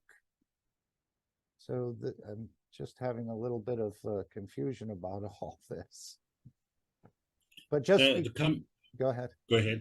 No, the soul that came to this planet doesn't necessarily mean that when it was manifesting in its physicality, it looked like a human being, because it came to this position as energy and it had to manifest based on the gravitational and magnetic fields of the position, correct? Even though it had some shortcomings in it, it still was able to manifest. So the sun created the earth, but yet a soul came into that at some point, like at the beginning of it. The same way the soul comes in when the sperm and the egg starts the creation process.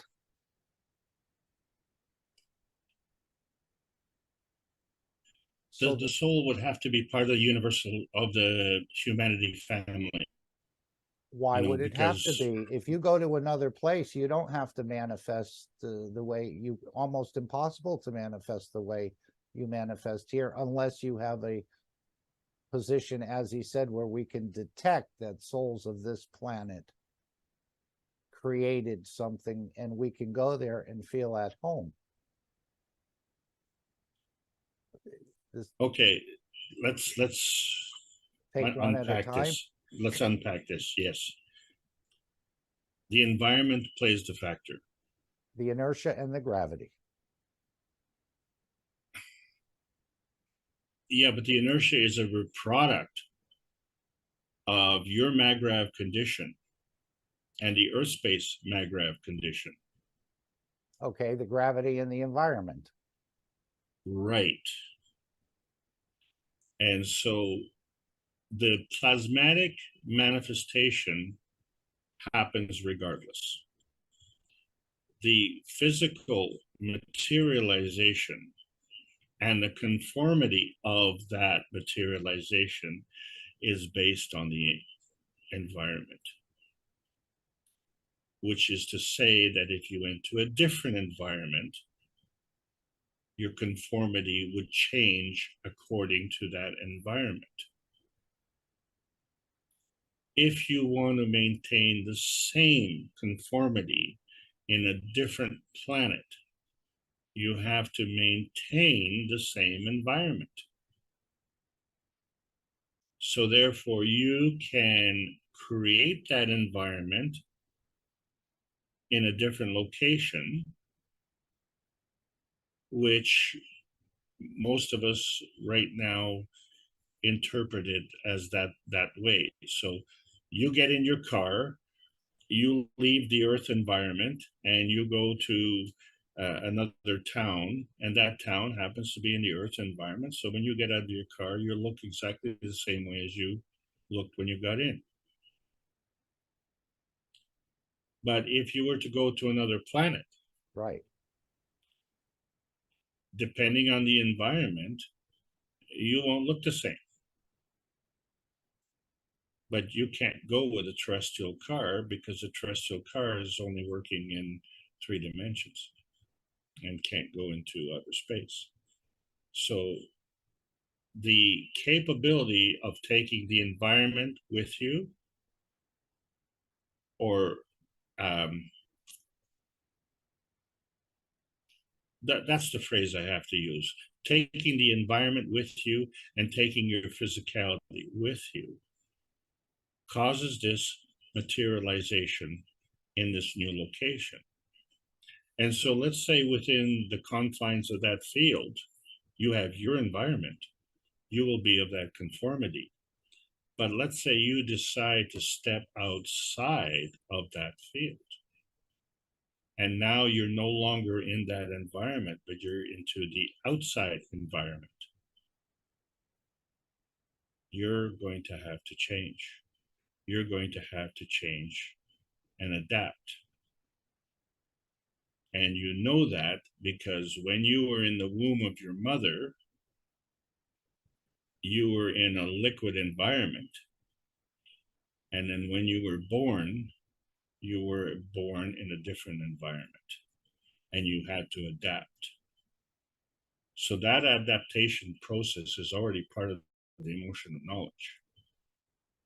It's how much do you trust it? And if we're physically dominant, then we are dominating from the lowest energy field. But if we understand that our physical manifestation was created from the soul, so therefore the soul energy is the driver, and you have that driver within you. And this was a very important point, because before I understood this, I never knew where the soul was, because everyone said, oh, well, the soul, you know, you go up, you go to heaven, you go down, you go to hell. It's out there. Yeah, out there somewhere, you know, and point to it. I don't know, you just point to a blank wall and you're probably pointing at it. But in reality, you know, your soul is within you. And frankly, that was a great relief, okay, because you know, I didn't want to get down on my hands and knees and have to try and feel around for my soul. My soul is within me and is actually, you know, causing me to get down on my hands and knees and look for things. And then when you find it, you say, oh, well, there it is. And then might as well stand up. But if you can get off your knees and then stand up, and then you can jump up and you can do all sorts of things. So where's the limiting factor? It has to do with the adaptation and the rate of adaptation. And we are absorbing the energy in the field that we have. The moment that we flip from being physically dominant to being soul dominant is one step closer in changing the balance on the scales of justice, shall we say. One less problem, one more solution. And so when enough of us come together, and more every day, then this becomes easier. And we've hit the point where this book of excuses is closed. The implementation of the new space program is already in place, and we are already benefiting from that. Now it's a matter for us to hone our skills and practice and get better and better. And we are at the point now where we have to accept the responsibility. So in other words, understand that as being abused, the reason we allow that abuse is because we have been blamed for allowing that to happen. And so our receipt of the abuse is our fault. As soon as we realize that it's not our fault, then we won't be blaming ourselves anymore, and we'll be looking to a solution. So the carry forward on the old system is, I was abused as a child, so now as an adult, I get to abuse my children. Well, there's no rule that says that that's true. That's just an assumed rule, and that's good for saving face, you know, and it's a good excuse. But we don't need that excuse anymore. Whatever happened before doesn't qualify you or disqualify you from the future. Today is the beginning of the rest of your life, and you have to make that choice. And if you want to carry that baggage, well, go ahead and enjoy the burden. But if you want to drop that baggage and start to contribute, so you don't have to minus the energy that you're giving by having to carry the burden of that abuse. And in turn, you don't become the abuser as well. So now you admit what you are and you admit what you want. And if you want peace and prosperity, then through the peace dome, you can do that. And you don't do that by physically jumping up 80,000 feet into the atmosphere, but you connect magnetically to the peace dome because that connects to the humanity family. The humanity family already knows that, but it can only manifest that in its plasmatic state. It's us in our physical state are having the problem. But it's not just our problem. The universal community is having the same problem. And is because the revelation is because of these excitable visitors. Why are they excited? Because this is also new to them.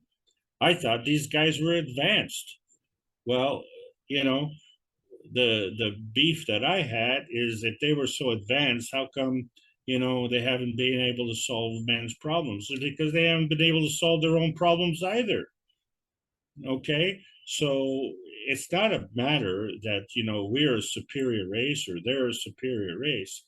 We now have the solutions that we've been missing, and we're not the only ones.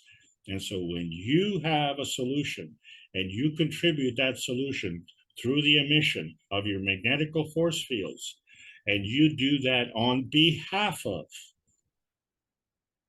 so if we do this on behalf of the Earth space, if we do this on behalf of the humanity family, and if we do this on behalf of the universal community,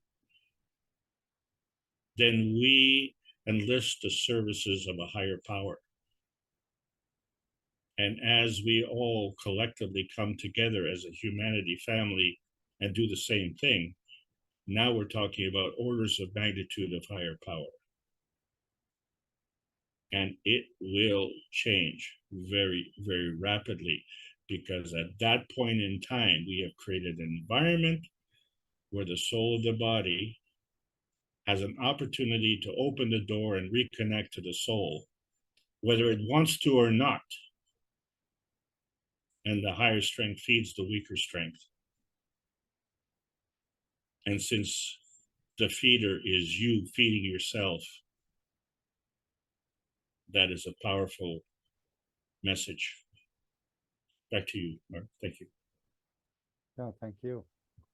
Again, I'm just thinking of the soul that created this planet. Did it start when the planet was, did it embed itself in this planet when it was fully made?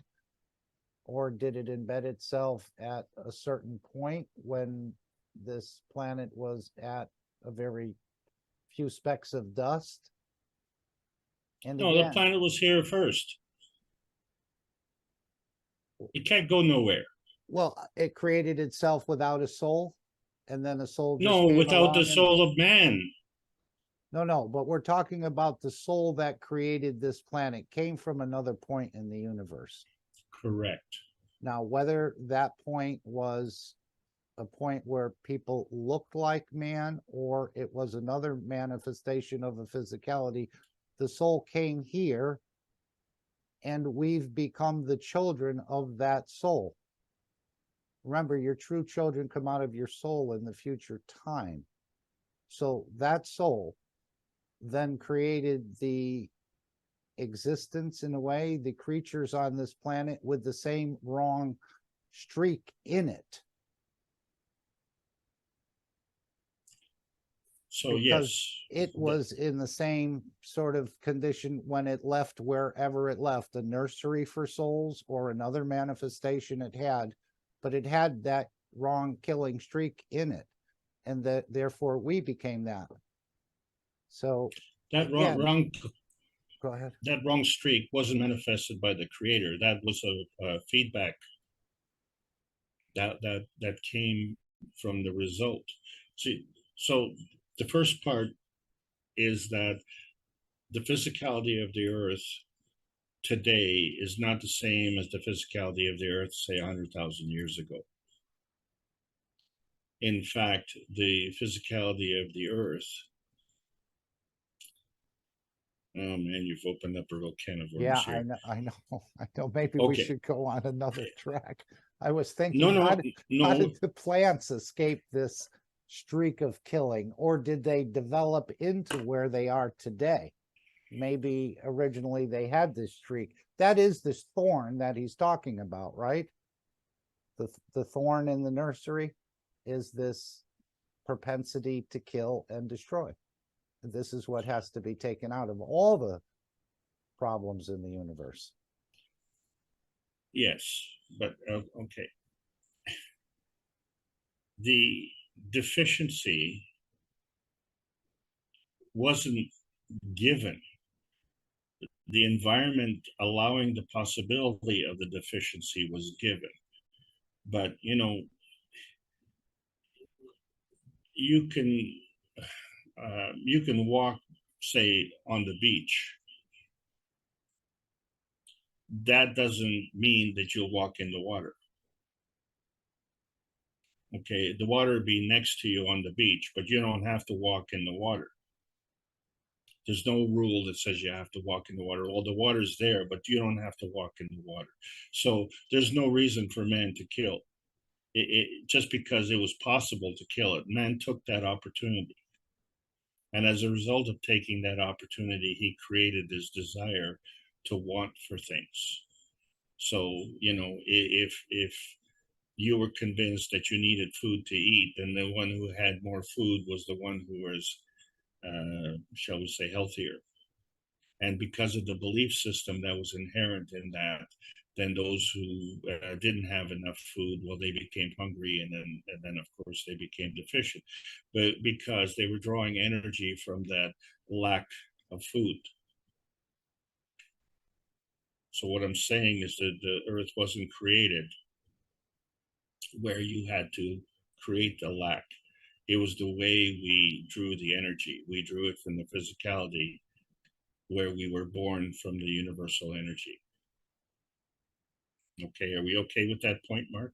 Yeah, and the soul of this planet helped to facilitate that so it could hold on to what it's created, what it has created, so it wouldn't leave.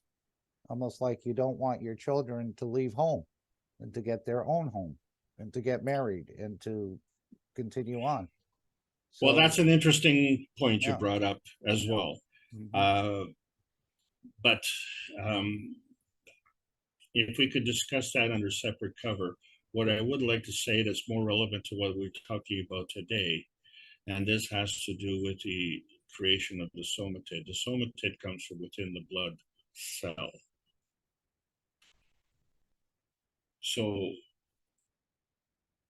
our procreation comes from within the combination of the soul of the man and the woman. The extension of this becomes the creation,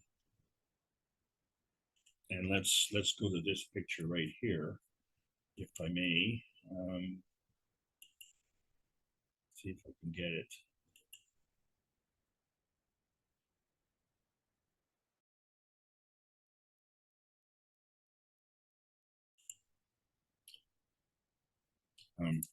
Obviously, you can take this one on. No. Oh, here we go. Yeah. Okay, there's a delay in the internet. I apologize. No problem. How does the neutron break down into the atomic state of the electron proton? So Gathers enough energy to where it has to divide. it releases it.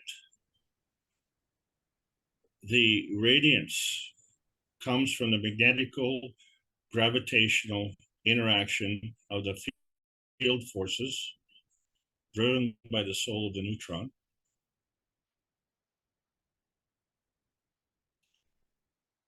And the manifestation becomes the inertia field combination of all of those. The breakdown of the neutron into the electron-proton combination of a copper is going to be a copper atom. Of an iron is going to be an iron atom. Okay, because the soul family comes from that neutron. So our soul family is the humanity family. That's why you're not going to be a dog. Okay, the dogs have their own family. So this just gives you the unique characteristic. And the point of today is the embodiment radiance of the energy from within that creates this other thing. So if you are a peaceful creature and you want to create a peaceful environment, then you have to radiate that. So if you're a warmonger, it ain't happening.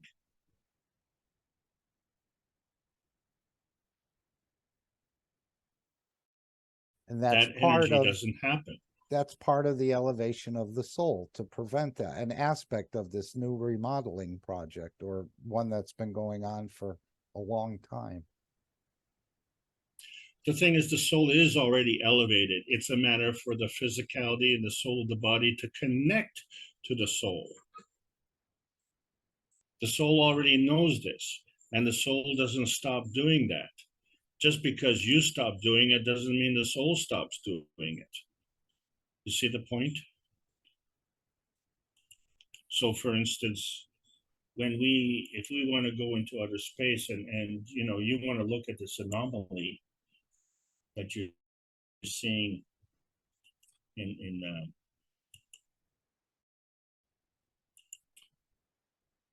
sorry, the internet is like really slow.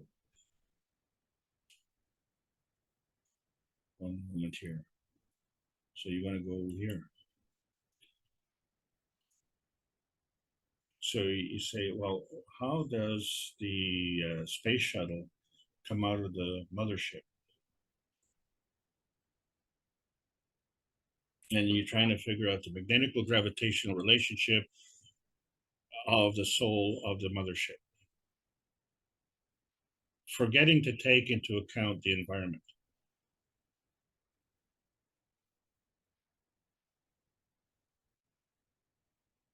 That's the key. You have to take into account the environment. So there's the magnetical gravitational relationship of the mothership, the magnetical gravitational relationship of the environment, and the inertia field that is created from that. Now you've created a plasma field, an inertia field. And that inertia field will act with the soul of the mothership to create what? Something that is representative of the soul of the mothership family, which would be, you know, another mini-me.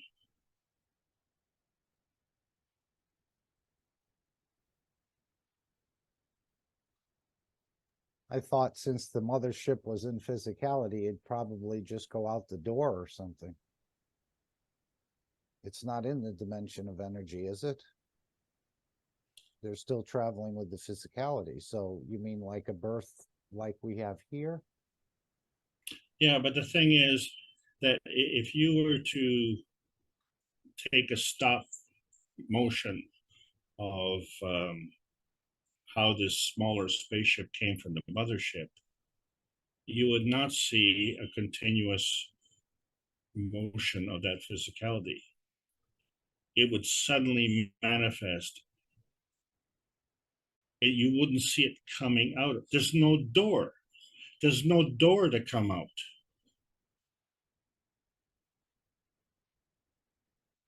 If you have an idea, do you have to grab your ear and like wiggle your ear and say, oh, I got to get that idea out of my head?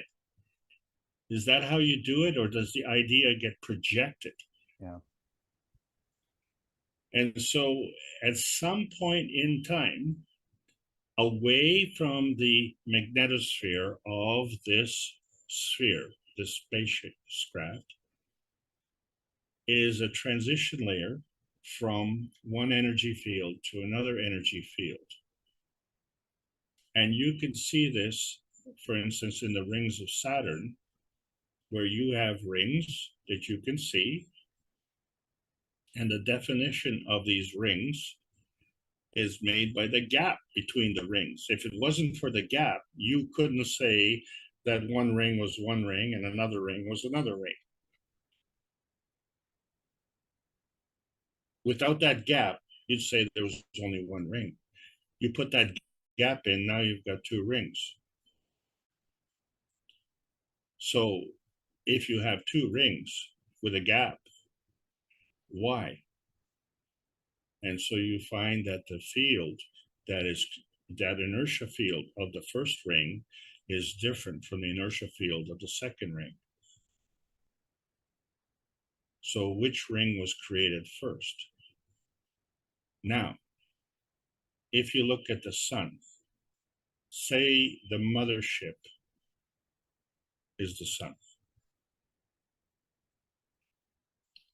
The first planet that it created would be the question. And your guess would be, over to you, Mark. Well, we would think it would be the closest one, Mercury. See, 100% correct. Oh, that was an easy one. Come on, we knew that. Oh, in really? third grade. Really? Oh, really? That was an easy one. Well, just you're smarty pants. Yeah. Okay. Was Mercury the size that it is now when it was first manifest? Over to you, Mark.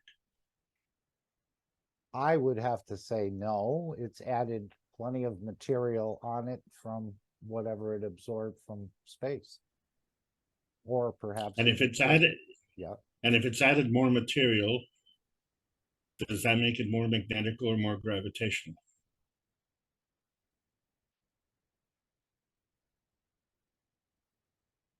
I'm not sure if either or. It's gravitational because it now has greater density. Okay. So let's look at Earth. And we have bones and skeletons of dinosaurs that we've unearthed.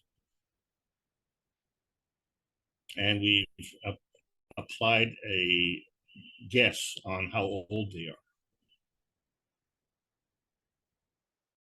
Now, there's an anomaly there, is that we have not found human skeletons or bones in the same area, in the same area or the same age. So that's kind of been sloughed over. Nobody's kind of discussed that. But one of the things that we know about the dinosaurs is they were really, really a lot bigger, a lot. Okay, so, you know, a lot bigger than an elephant. Yeah, the trees and the plants as well, I think, because we were farther away, it allowed more expansion. Correct. Magnetically, gravitationally farther away from the sun, so it allowed a bigger creation. Okay. Okay, so therefore, every time the Earth goes around the sun, it goes like an orbit. Every time it goes spiraling in one another field strength in. So we are within our, within our lifespan, we are closer to the sun now than we were when we were born. But in the scheme of things, in the larger scheme of things, where the Earth's been around for, say, millions of years, our conventional human lifespan is, a blink. So it isn't even significant. So we don't even want to measure it. But, when you look at the scientific reality, we are closer to the sun now than we were when we were born. And so we become more gravitational. And guess what? You came as a baby and now you're an adult. You drew in more energy, didn't you? Okay, so these are all the proof of concept. There's a consistency all the way down the road. And there have been limiting factors. And so we find that the limiting factor has been our reluctance to release our physical domination.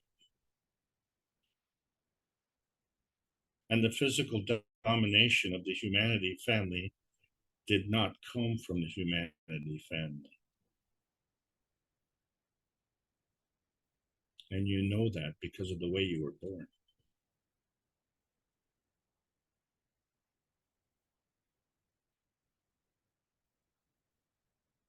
This violence, this warmongering, is an acquired taste.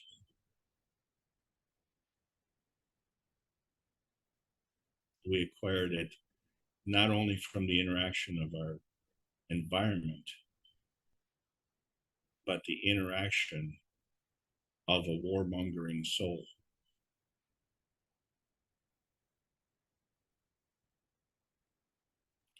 Back to you, Mark. Yeah, no, that was my next question was, how did the plants escape this? Mr. Kesh said they're basically pretty good. They've mastered it pretty well as far as absorbing fields. How were they able to? Because they stay in one position, they don't have a mouth, they don't have legs to chase after things. So they must have realized that they had to find a different way to feed, even though some plants are carnivorous, we know that.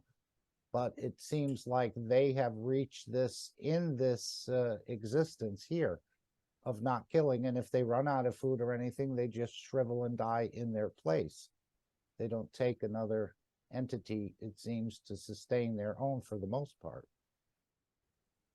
So how did they manage to elevate to the point where they didn't have to kill, where we're still doing that?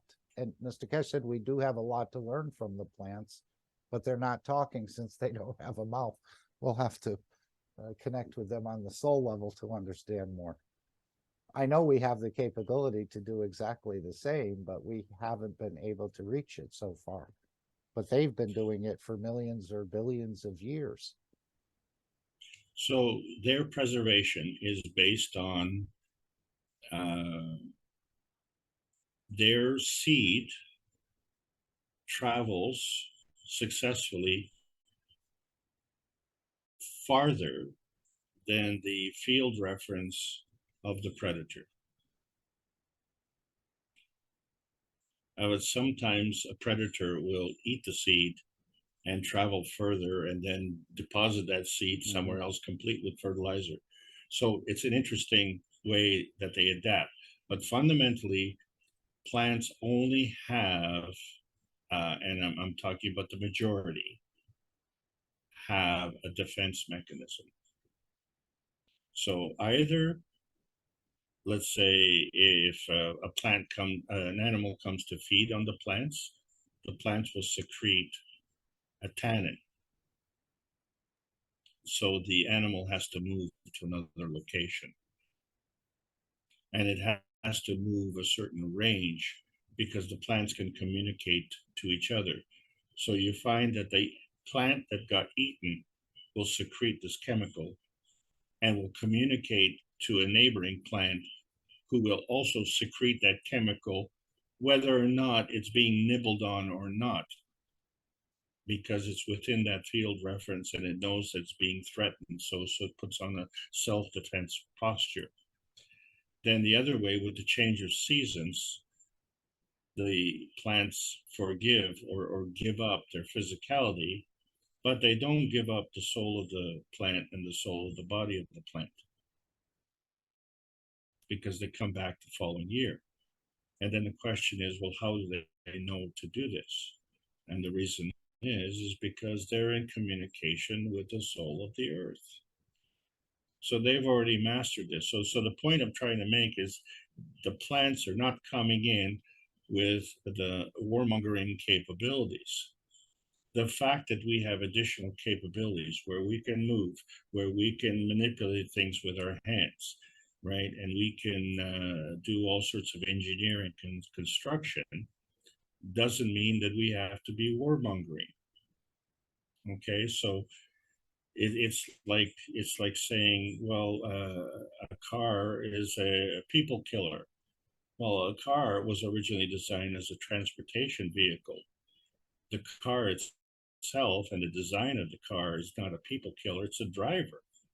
The driver who is careless and not taking on the responsibility, of which each driver of each vehicle is responsible for the navigation of that vehicle, because the vehicle does not have the capability of doing that. That soul of the vehicle is restricted to maintaining its physicality. But the soul of the driver can communicate with the soul of that vehicle. Good example. Thank you. Okay, trying. Well, yeah, I know. This is, again, a vast amount of knowledge too. But we're carrying it. It's just the tapping into it. And there's much, much more than the 2 dimensions, as Mr. Kesh has indicated. There's at least 5 dimensions. We're only familiar with 1 and starting to become familiar with the second. Would someone else like to pose a question or make a comment, please?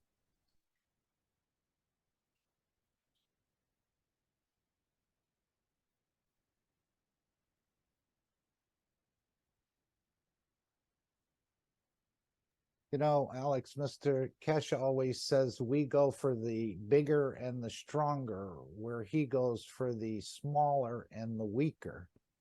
And then we heard he said this is one of the biggest keys. The dimension of creation will open up to you, or knowledge will open up to you, when you can understand how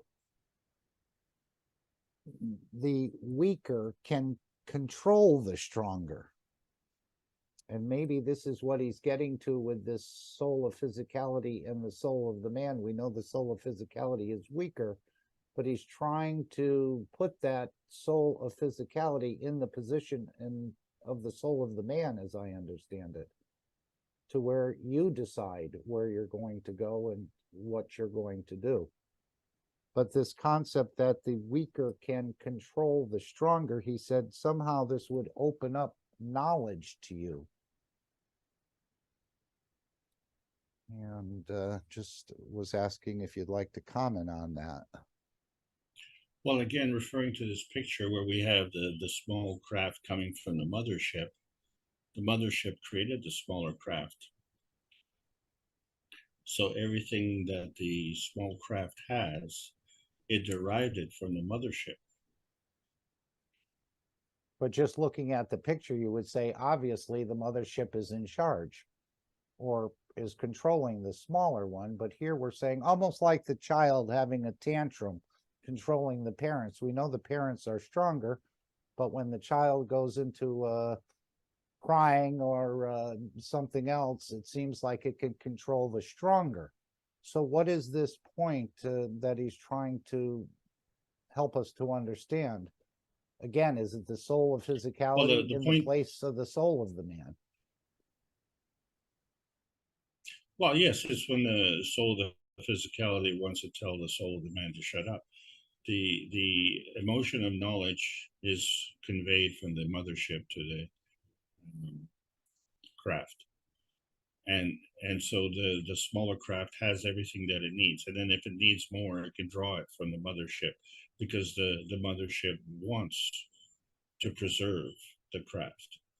But if the craft, you know, let's say were to get into some kind of dangerous position, then it has to understand that it has to seek refuge. It can't fight it. It has to come back and then go back with the mothership.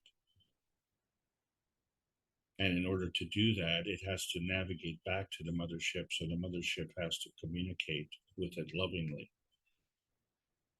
And if it has a disconnect, then it's on its own.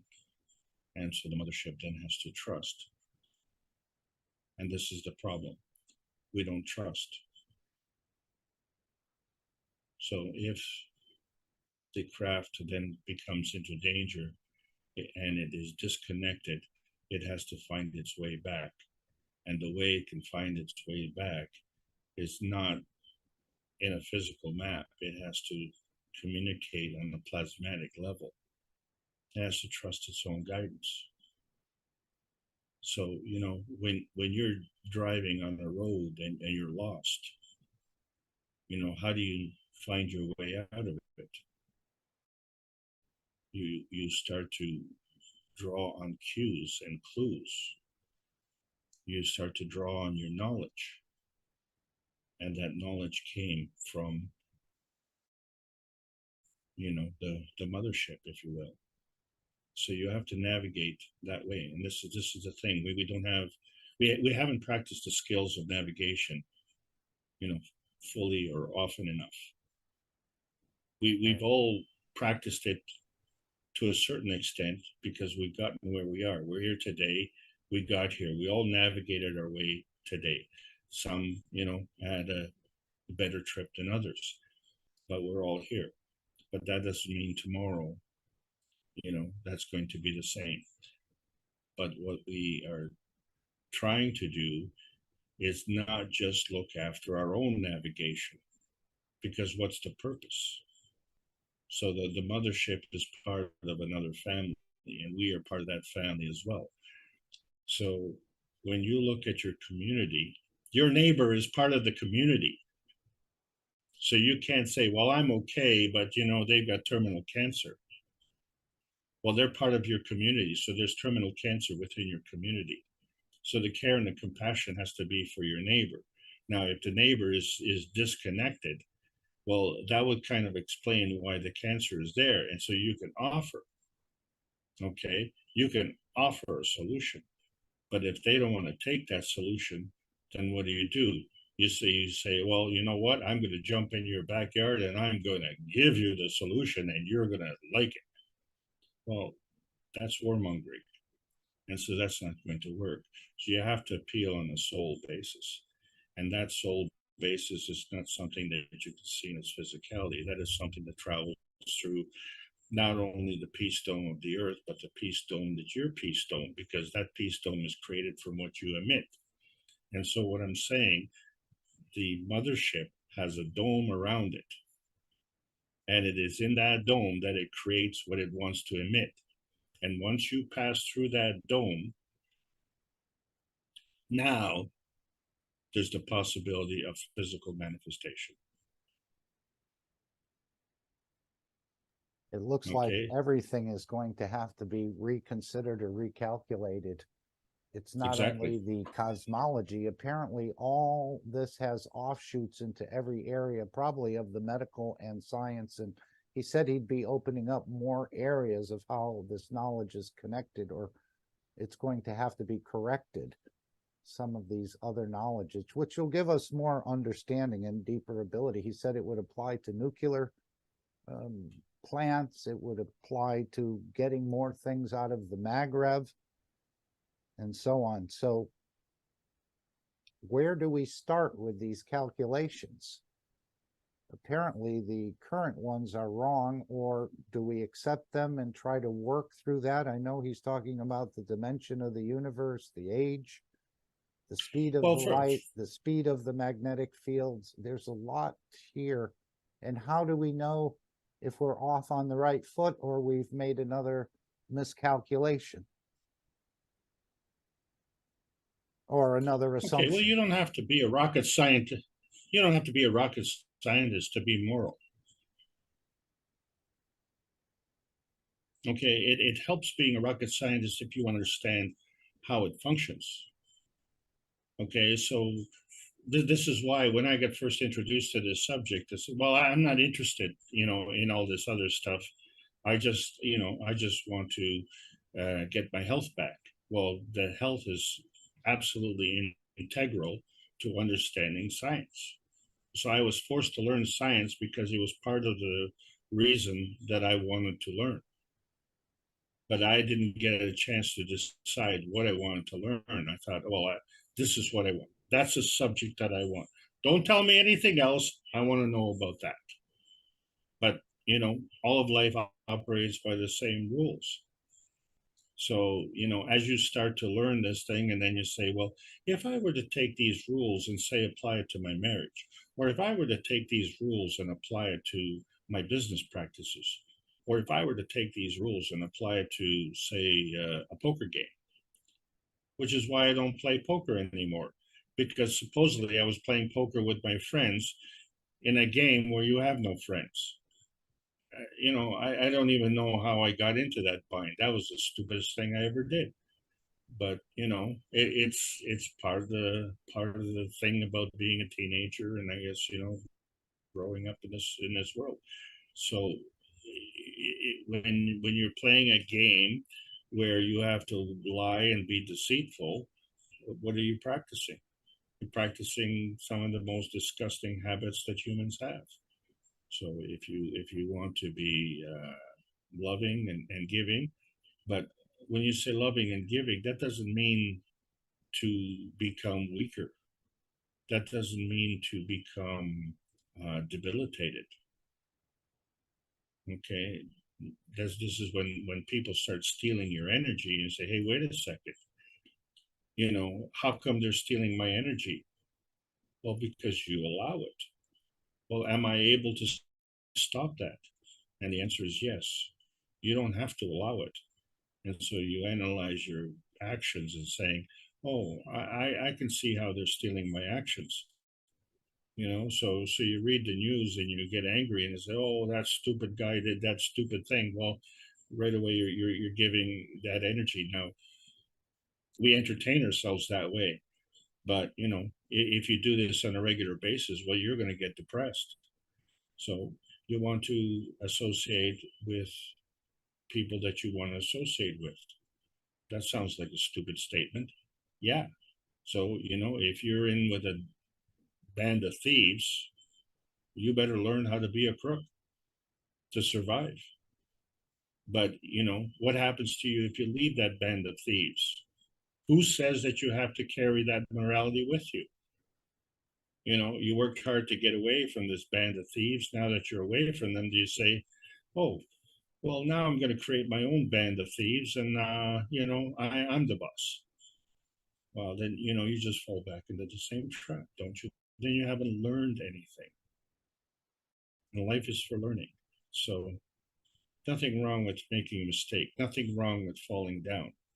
It's what you learn, how you get up, and then understand you are not an island. You are one place as part of a family. And then you can, depending on your point of view, say, well, I'm part of the family within my household. I'm part of the family within my community. I'm part of the family within my country. I'm part of the family within my earth, or I'm part of the family within the solar system. And on it goes. And you say, well, what I want is what I want my neighbor to want. Right, and it So doesn't if you sound, want peace, yeah. if you want peace, you want your neighbor to be peaceful. Sorry, go ahead, Mark. No, it doesn't sound like it's going to be one or two calculations of the recalculating the speed of light or the age of the universe. He said it's going to take all the universities of this planet for years to come to work on this. So it's not like we're going to redo a few calculations, the speed of magnetic fields or dimension of the universe, and everything is now hunky-dory. But there's a lot more recalculating, I think, to be done, probably in areas we haven't even imagined that we needed to recalculate things. But this is going to open up a whole new understanding for us in so many Mark, areas. Yes. You're a track and field star. You get into a race, okay? And when you get to the finish line, the first thing you want to know is your relationship to the other athletes running in the field, right? So let's say you're the first one to cross. That's the first thing you want to know. Are you first, right?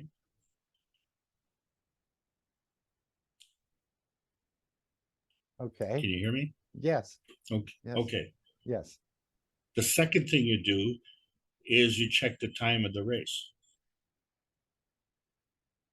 right? So then you say, oh, I won this race, but you know, it was a slow time.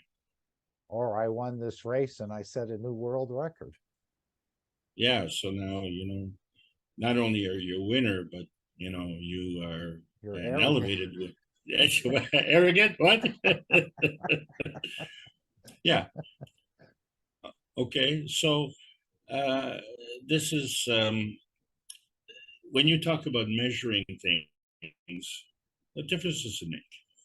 And you say, well, that's what we want to measure. We want to measure what the difference it makes. No, it only has to be the difference between the magnetical gravitational relationship. You don't have time. You have to be able to judge, you know, and you have to use your own internal measurement. Well, this is where So the universities are going to come in. I'm sure there are going to be a lot of think tanks rethinking these no, no. we're not talking about think tanks. Okay. Okay, that thinking is in the tank. No. What we have to do is we have to figure out how this works so that we can create other things. Okay, if we don't know how things are created in the first place, then how can we create other things? See, everything that we create, we are creating from a physical standpoint. So you get a tree, you cut it into a log, you put a bunch of logs together, voila, you have a house. Okay, so, but it's all physical. But what happens if, who grew the tree? And what happens, do you need the tree? Well, do you need the logs? Do you need the house? What happens if you could create the environment? What happens if you could create the environment plasmatically? Would you need a physical house? This is what's on the table. Well, if I don't need to, you know, a log, then I don't need a tape measure. You know, how big is large? Mm-hmm. You know, I mean, you just have to, you create an environment and you're in that environment.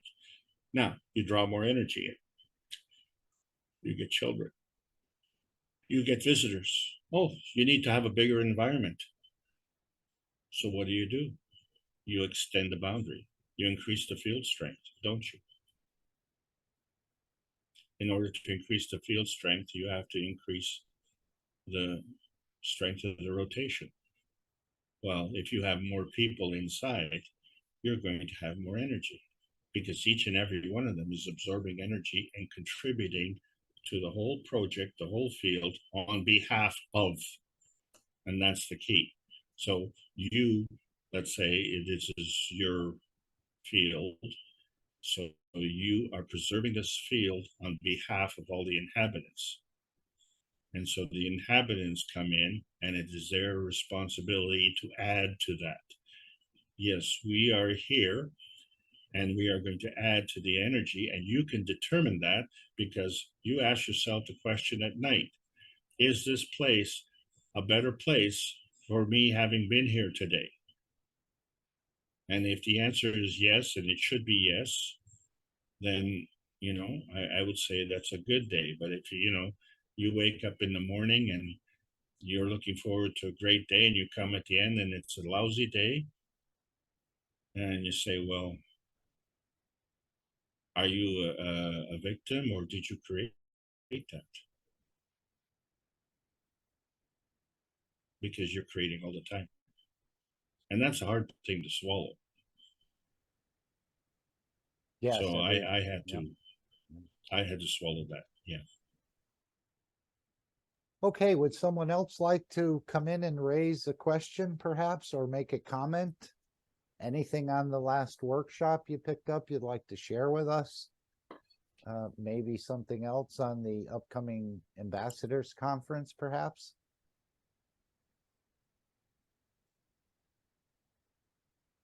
I know he's asking for knowledge seekers to do some presentation there and at least explain to the ambassadors our understanding of it. But this seems like, well, it doesn't have to be a long process. Hopefully it's not, but the way we tend to drag things out and not want to change certain aspects until we're forced to.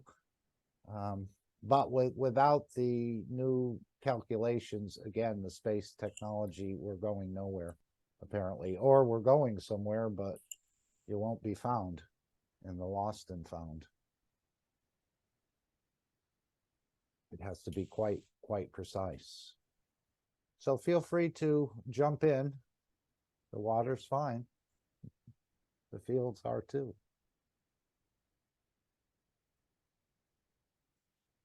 Mark, I'm just going to just take this interlude to thank everybody for allowing me to make these presentations and for hanging in there with us, and really appreciate what's been going on. I'd like to make a couple of other comments, please. Please, definitely, anyone, but yes, Alex, go right ahead. Well, first of all, this is the end of this series. And we've come to a dilemma, and that dilemma is the fact that we have many new knowledge seekers who are coming, and we have to keep going forward, and we can't stop, and so that's the responsibility of the foundation. But we also have to make it I have no problem with that. Going back to basics again. Well, this is what I'm planning on doing next week. I have no problem at all with that. But I'm going to do it in a different fashion, because for the benefit of the mature students, for the benefit of their understanding, the review is always good. Despite the fact that I do review every week in a different context, if possible, but review of the review. But these mature students will also become teachers, and we need more teachers. So this part is important. But we can't just draw the teachers from the mature students. We have to draw teachers from new students as well. So I want to create a forum where we can speed up the process. So this has taken me many years, thanks to the Brazilian community getting me started back in October of 2019, or was no, October 2020. It's been a long run, and I thank the Brazilian community for making this happen. They planted the seed, and this is what's growing out of it, and I'm quite proud of the series. But, well, this is what Mr. Kesh keeps reminding us, to go back to the teachings and see what we missed, which is probably more than we've actually understood. Well, that part has been a lot easier for many of the teachers that are in the foundation, because we've spent the thousands of hours learning from those classes. But newcomers, if you take 6,000 hours and you understand that a regular person would be working maybe 2,000 hours a year, a newcomer may take 3 years to go through all those teachings, and it would be a long ways to go. What I've tried to do is speed things along a little bit and condense things. And my basic goal has always been to differentiate between the plasma technology and the physical technology, and to understand the relationship between the two. And I'm very grateful for having done that, because the students become teachers, but the teachers become students also. So this has helped me with my own knowledge. And I have been stressed to go beyond my comfort zone. And this is the way to learn. You have to you have Yes, to be pushed yes. out. That's what Mr. And I'm Kesh sure said. you have been. Yeah. He always went So beyond what the current status was. He says he's always gone a step or more steps beyond that and asked these very pertinent questions that he's never gotten real answers for. so he will continue to do that with the Knowledge Seekers workshops.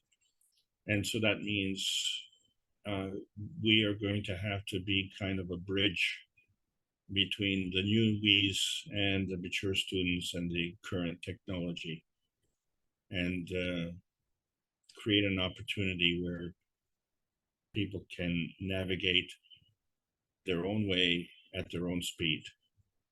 So, you know, this is my intention is to liberate each individual to learn at his own pace, and you know, understand the relationships between the various technologies, and how things play out. So That's the perfect. student. Yep.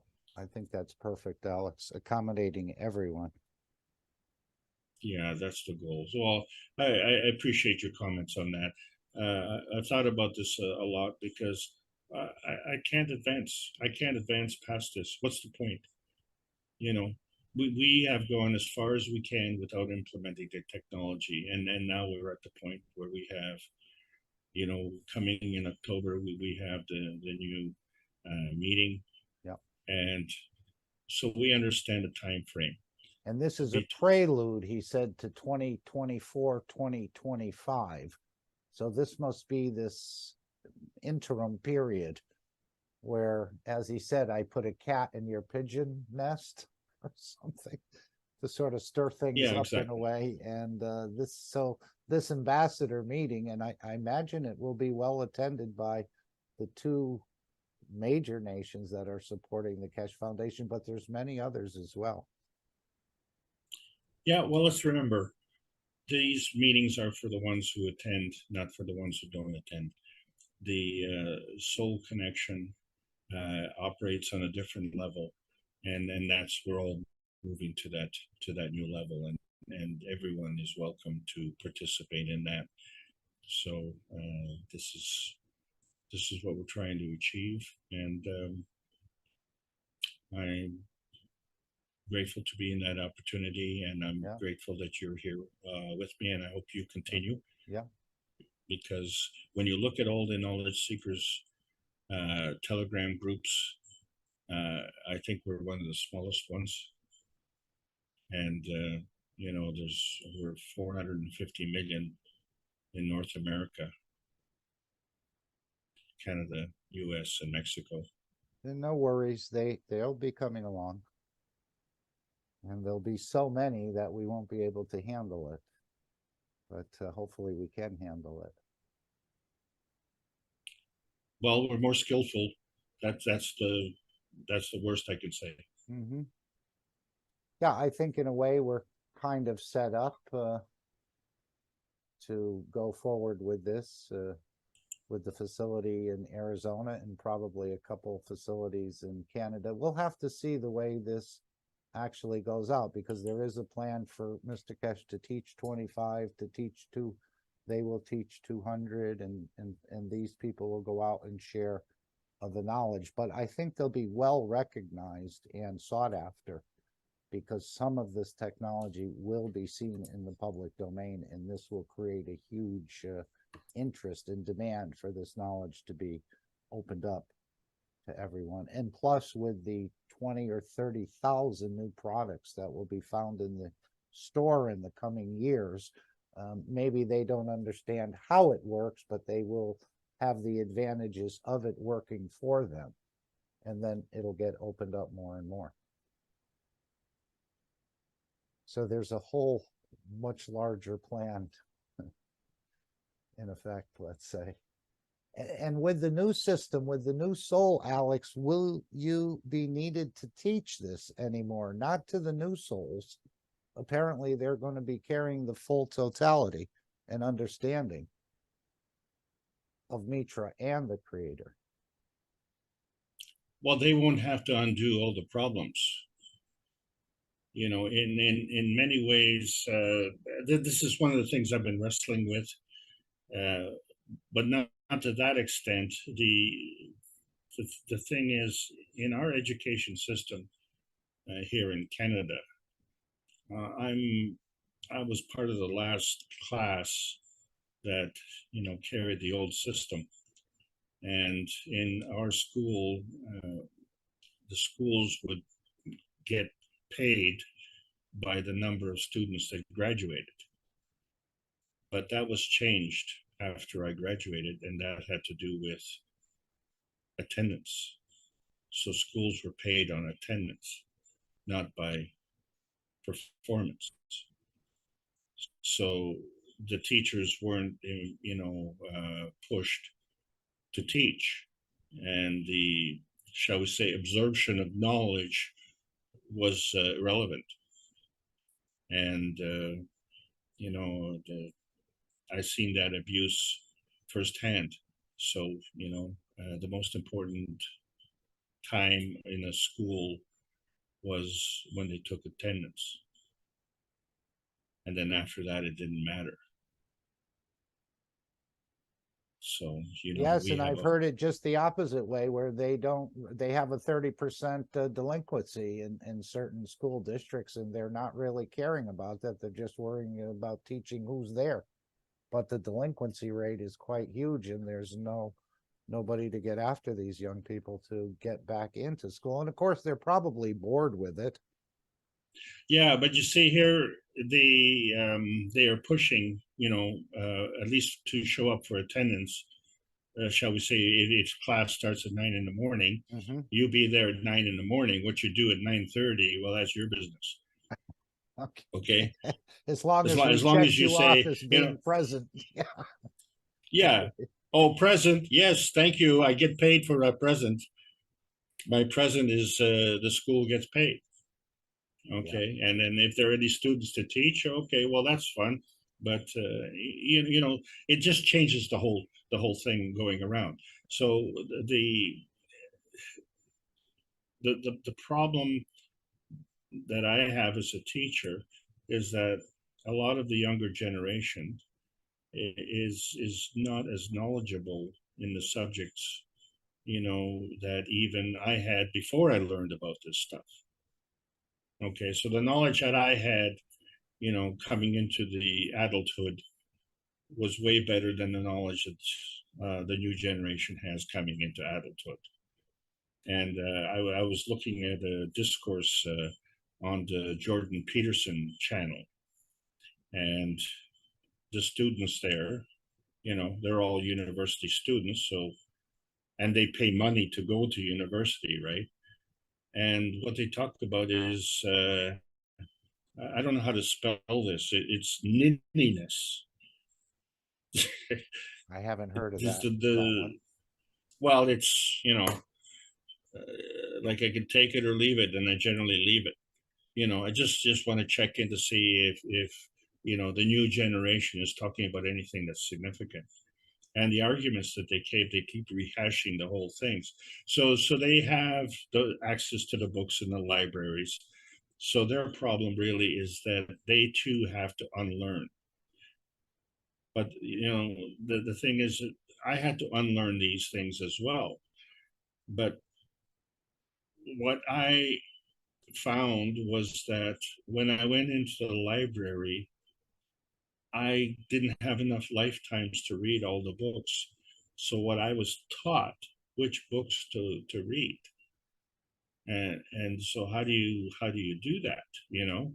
And after a few tries and whatnot, I could look at a book and decide if that book was good enough to read. But what really became strange to me was how I could decide a book that looked strange to me that was good to read. And when I got into it, I said, oh, you know, then I discovered one of the secrets, and that is the fiction books had more content than the nonfiction books. Because the nonfiction books were not allowed to speak the truth. So the truth had to be spoken as a fiction. Okay. Well, that's not the way I was brought up. Right. Okay. I didn't, get brought up and where, the teacher says something and I say, oh, you just made that up at the coffee shop. That this is science that goes back many, many generations and, carry this forward.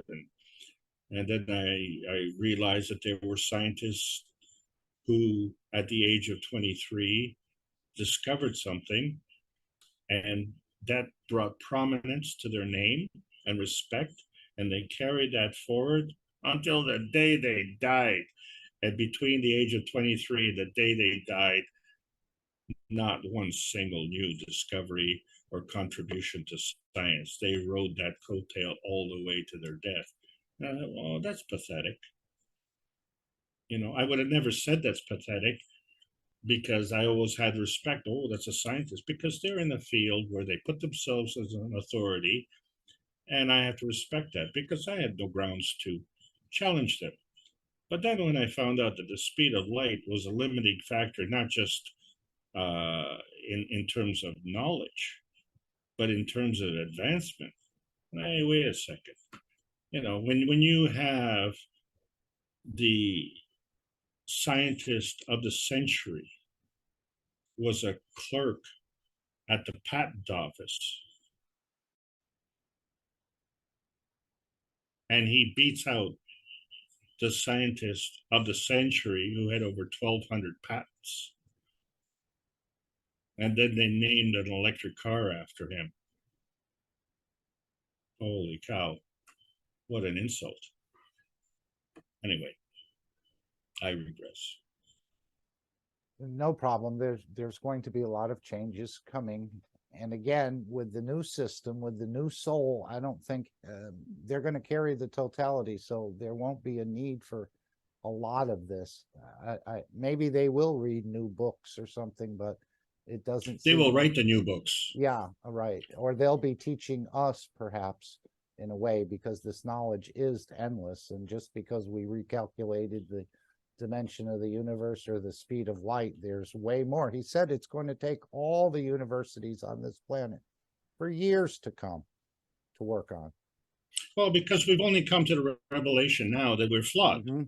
We're flawed in our knowledge, but that doesn't tell you what, how to correct the flaw or what the new knowledge is. That only tells you enough to know that, hey, wait a second, I've really got to question this, but do you have the skill to do that?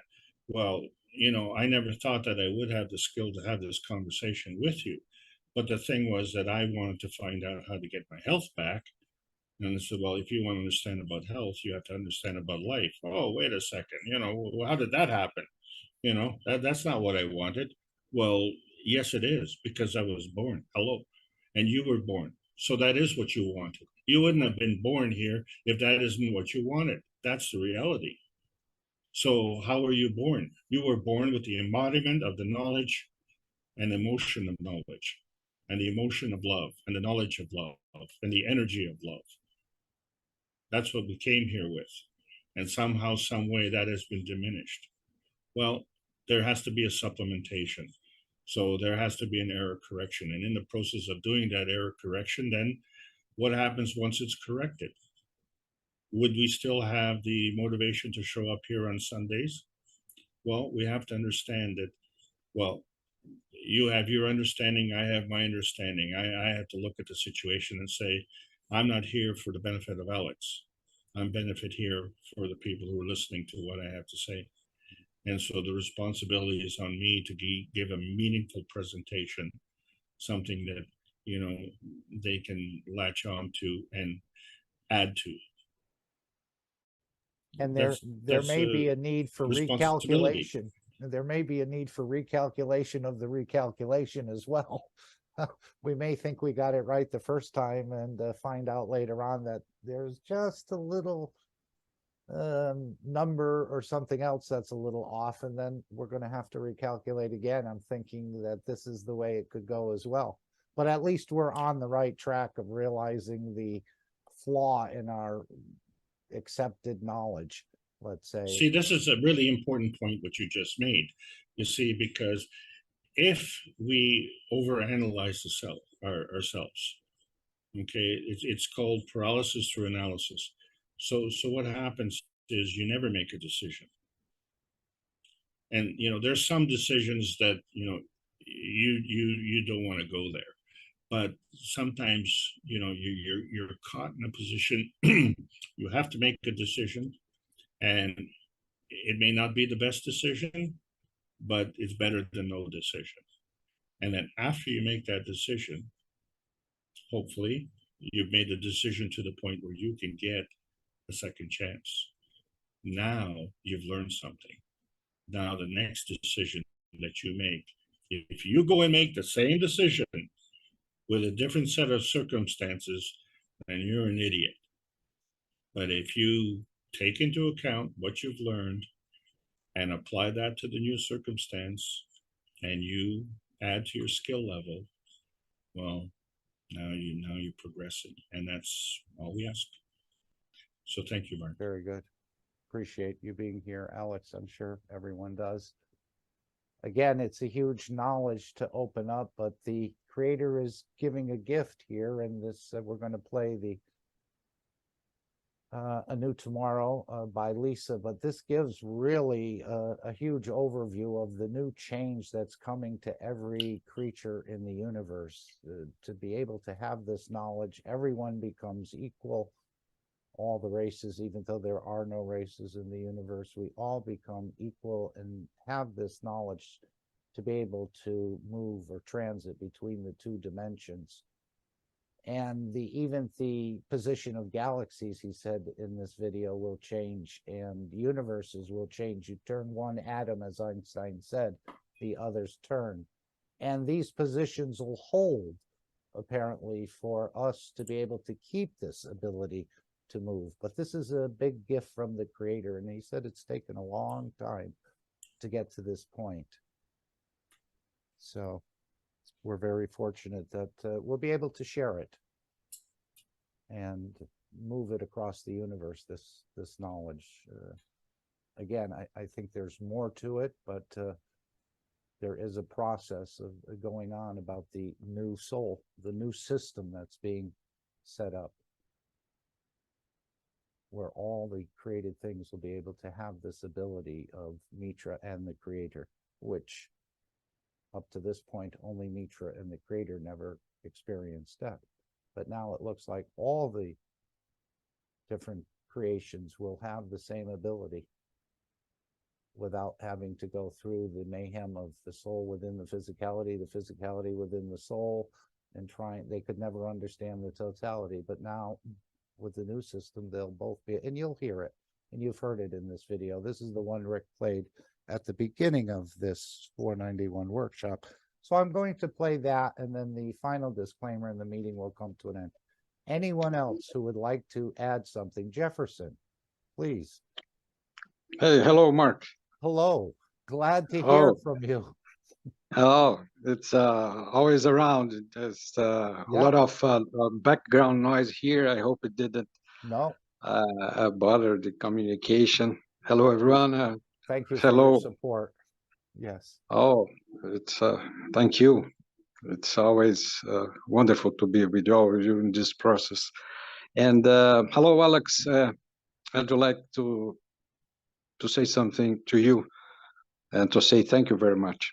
I've been watching your teachings since the beginning here in Brazil, when you started this series, and I think I've seen all of your teachings, because it's a different way that you bring this knowledge in different points of view and different way of looking. You open a lot of new doors for us as everybody here, but you brought it in a structured way. So I'm very thankful. And your experience from life and how you connect with the universal community that are connected with you as well. with all of us. But just say thank you very much, Alex, and all that you have done, the work that you have done, the care and the love that you bring this and knowledge in the way that you see. That's opening a lot of door for most of us. And I just say thank you very much. I know you're not going to stop this, but until this point, that I really appreciate. That's amazing the way you brought it. Sometimes you cannot even ask things because of so many things, as just like Mr. Cash, so many things that we don't know what to ask because there are so many. So said, no, better try to understand first. Thank you very much, my friend. Thank you. Thank you all. Thank Very you, kind Jefferson. words. Yes. Thanks. Thank you so much, Jefferson. And thank you for your participation. It hasn't gone unnoticed. To all in the Brazilian community, you are all leading the way for us. So thank you. Yes, they're inspiring all of us. Very beautiful. I met someone on Friday and I was explaining to him about the wellness through the soul. I was trying to, and he says, I already know about that. I said, what? He says, yeah, I got diagnosed with cancer in both kidneys. Now, I didn't get the full gist of the story, but he said, when I went back to the doctor, there was no cancer in either kidney. So he said, I know about that. I did it already. So I want to find out more, but it was quite interesting. So yeah, many people have become their own doctor. I think this is what it's about as well. Not only feeding yourself, but becoming your own wellness through the soul, the zero-time communication, the transmutation process. Again, we have a lot, but there are people who have achieved certain aspects of this, as yourself, Alex, and you've explained it to us, I think, with your situation years and years ago. But it's going to be opened up for everyone to, most people couldn't believe that that could even happen. But did you want to say anything more about this image you have up here, Alex? I'll just add a few words, Sure. Mark. Thank you. We have to understand that one of the reluctances of connecting with the soul is that we have to take other things into account. And that account is morality. And so we find that that's a different playing field. And that's the field that we're going to play on. And those who are not on that playing field can't play. It's not our choice, their choice. Thank you. Thank you very much. Anyone else have a final thought or comment they'd like to add? We want to thank you all for joining us today. As I said, I'm going to play anew tomorrow, and then the final disclaimer, the meeting will end. And then, of course, we have our usual program set up in the weekend. This Friday will be the elevating the soul of the abuser, so that will be on the 30th. Then again, on the July, there will be 4 sessions. And again, you can sign up for all of them or just individually as you choose. And this is one of the largest mass tests that the Keshe Foundation has ever been involved with. And it'll be being observed by others, I think, in the background, just to confirm, I guess, the results. Even though we don't always need a confirmation in the physicality, but I think in certain aspects it is important to show that pH can stay elevated, or to show that kidney stones can be melted or dissolved at a distance, or many of the other things we're about to take place with. And again, you can bring in any sort of conditions you'd like. And it only takes 1 nanosecond for the soul to put things right, but you may wait 2 hours and 55 minutes for that to happen, or again, another process. It may add a little one time and a little bit more the other time, but I think it's all the elevation of the soul is going on in the background. And of course, primarily the development of the systems to be able to reach thousands and then tens of thousands and then millions simultaneously with this system. As he said, in the future, we may not find a doctor. That may be one of the professions that is not so much needed in the future, but that may be some time off. We'll have to see, but I think there's going to be a major shift.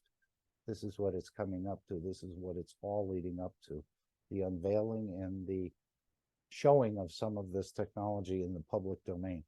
A number of the world leaders have seen some, even seen more than the knowledge seekers have at this point. But we'll all have time to understand it. We'll have time to see. So thank you all, and have a wonderful conclusion of your day. Thank you, Alex, and thank everyone that's here on the field level, on the soul level, or in the physicality. We thank you for being part of this change and bringing this change in a small way. We're all holding a small corner of this very large canvas, so thank you all. Or thank the souls, I should say.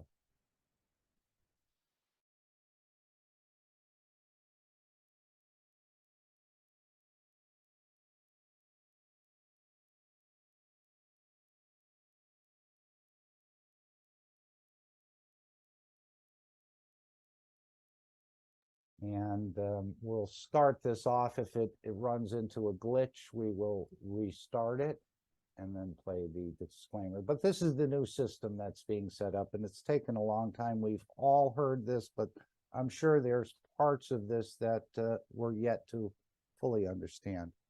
But this is the remodeling or the updating or the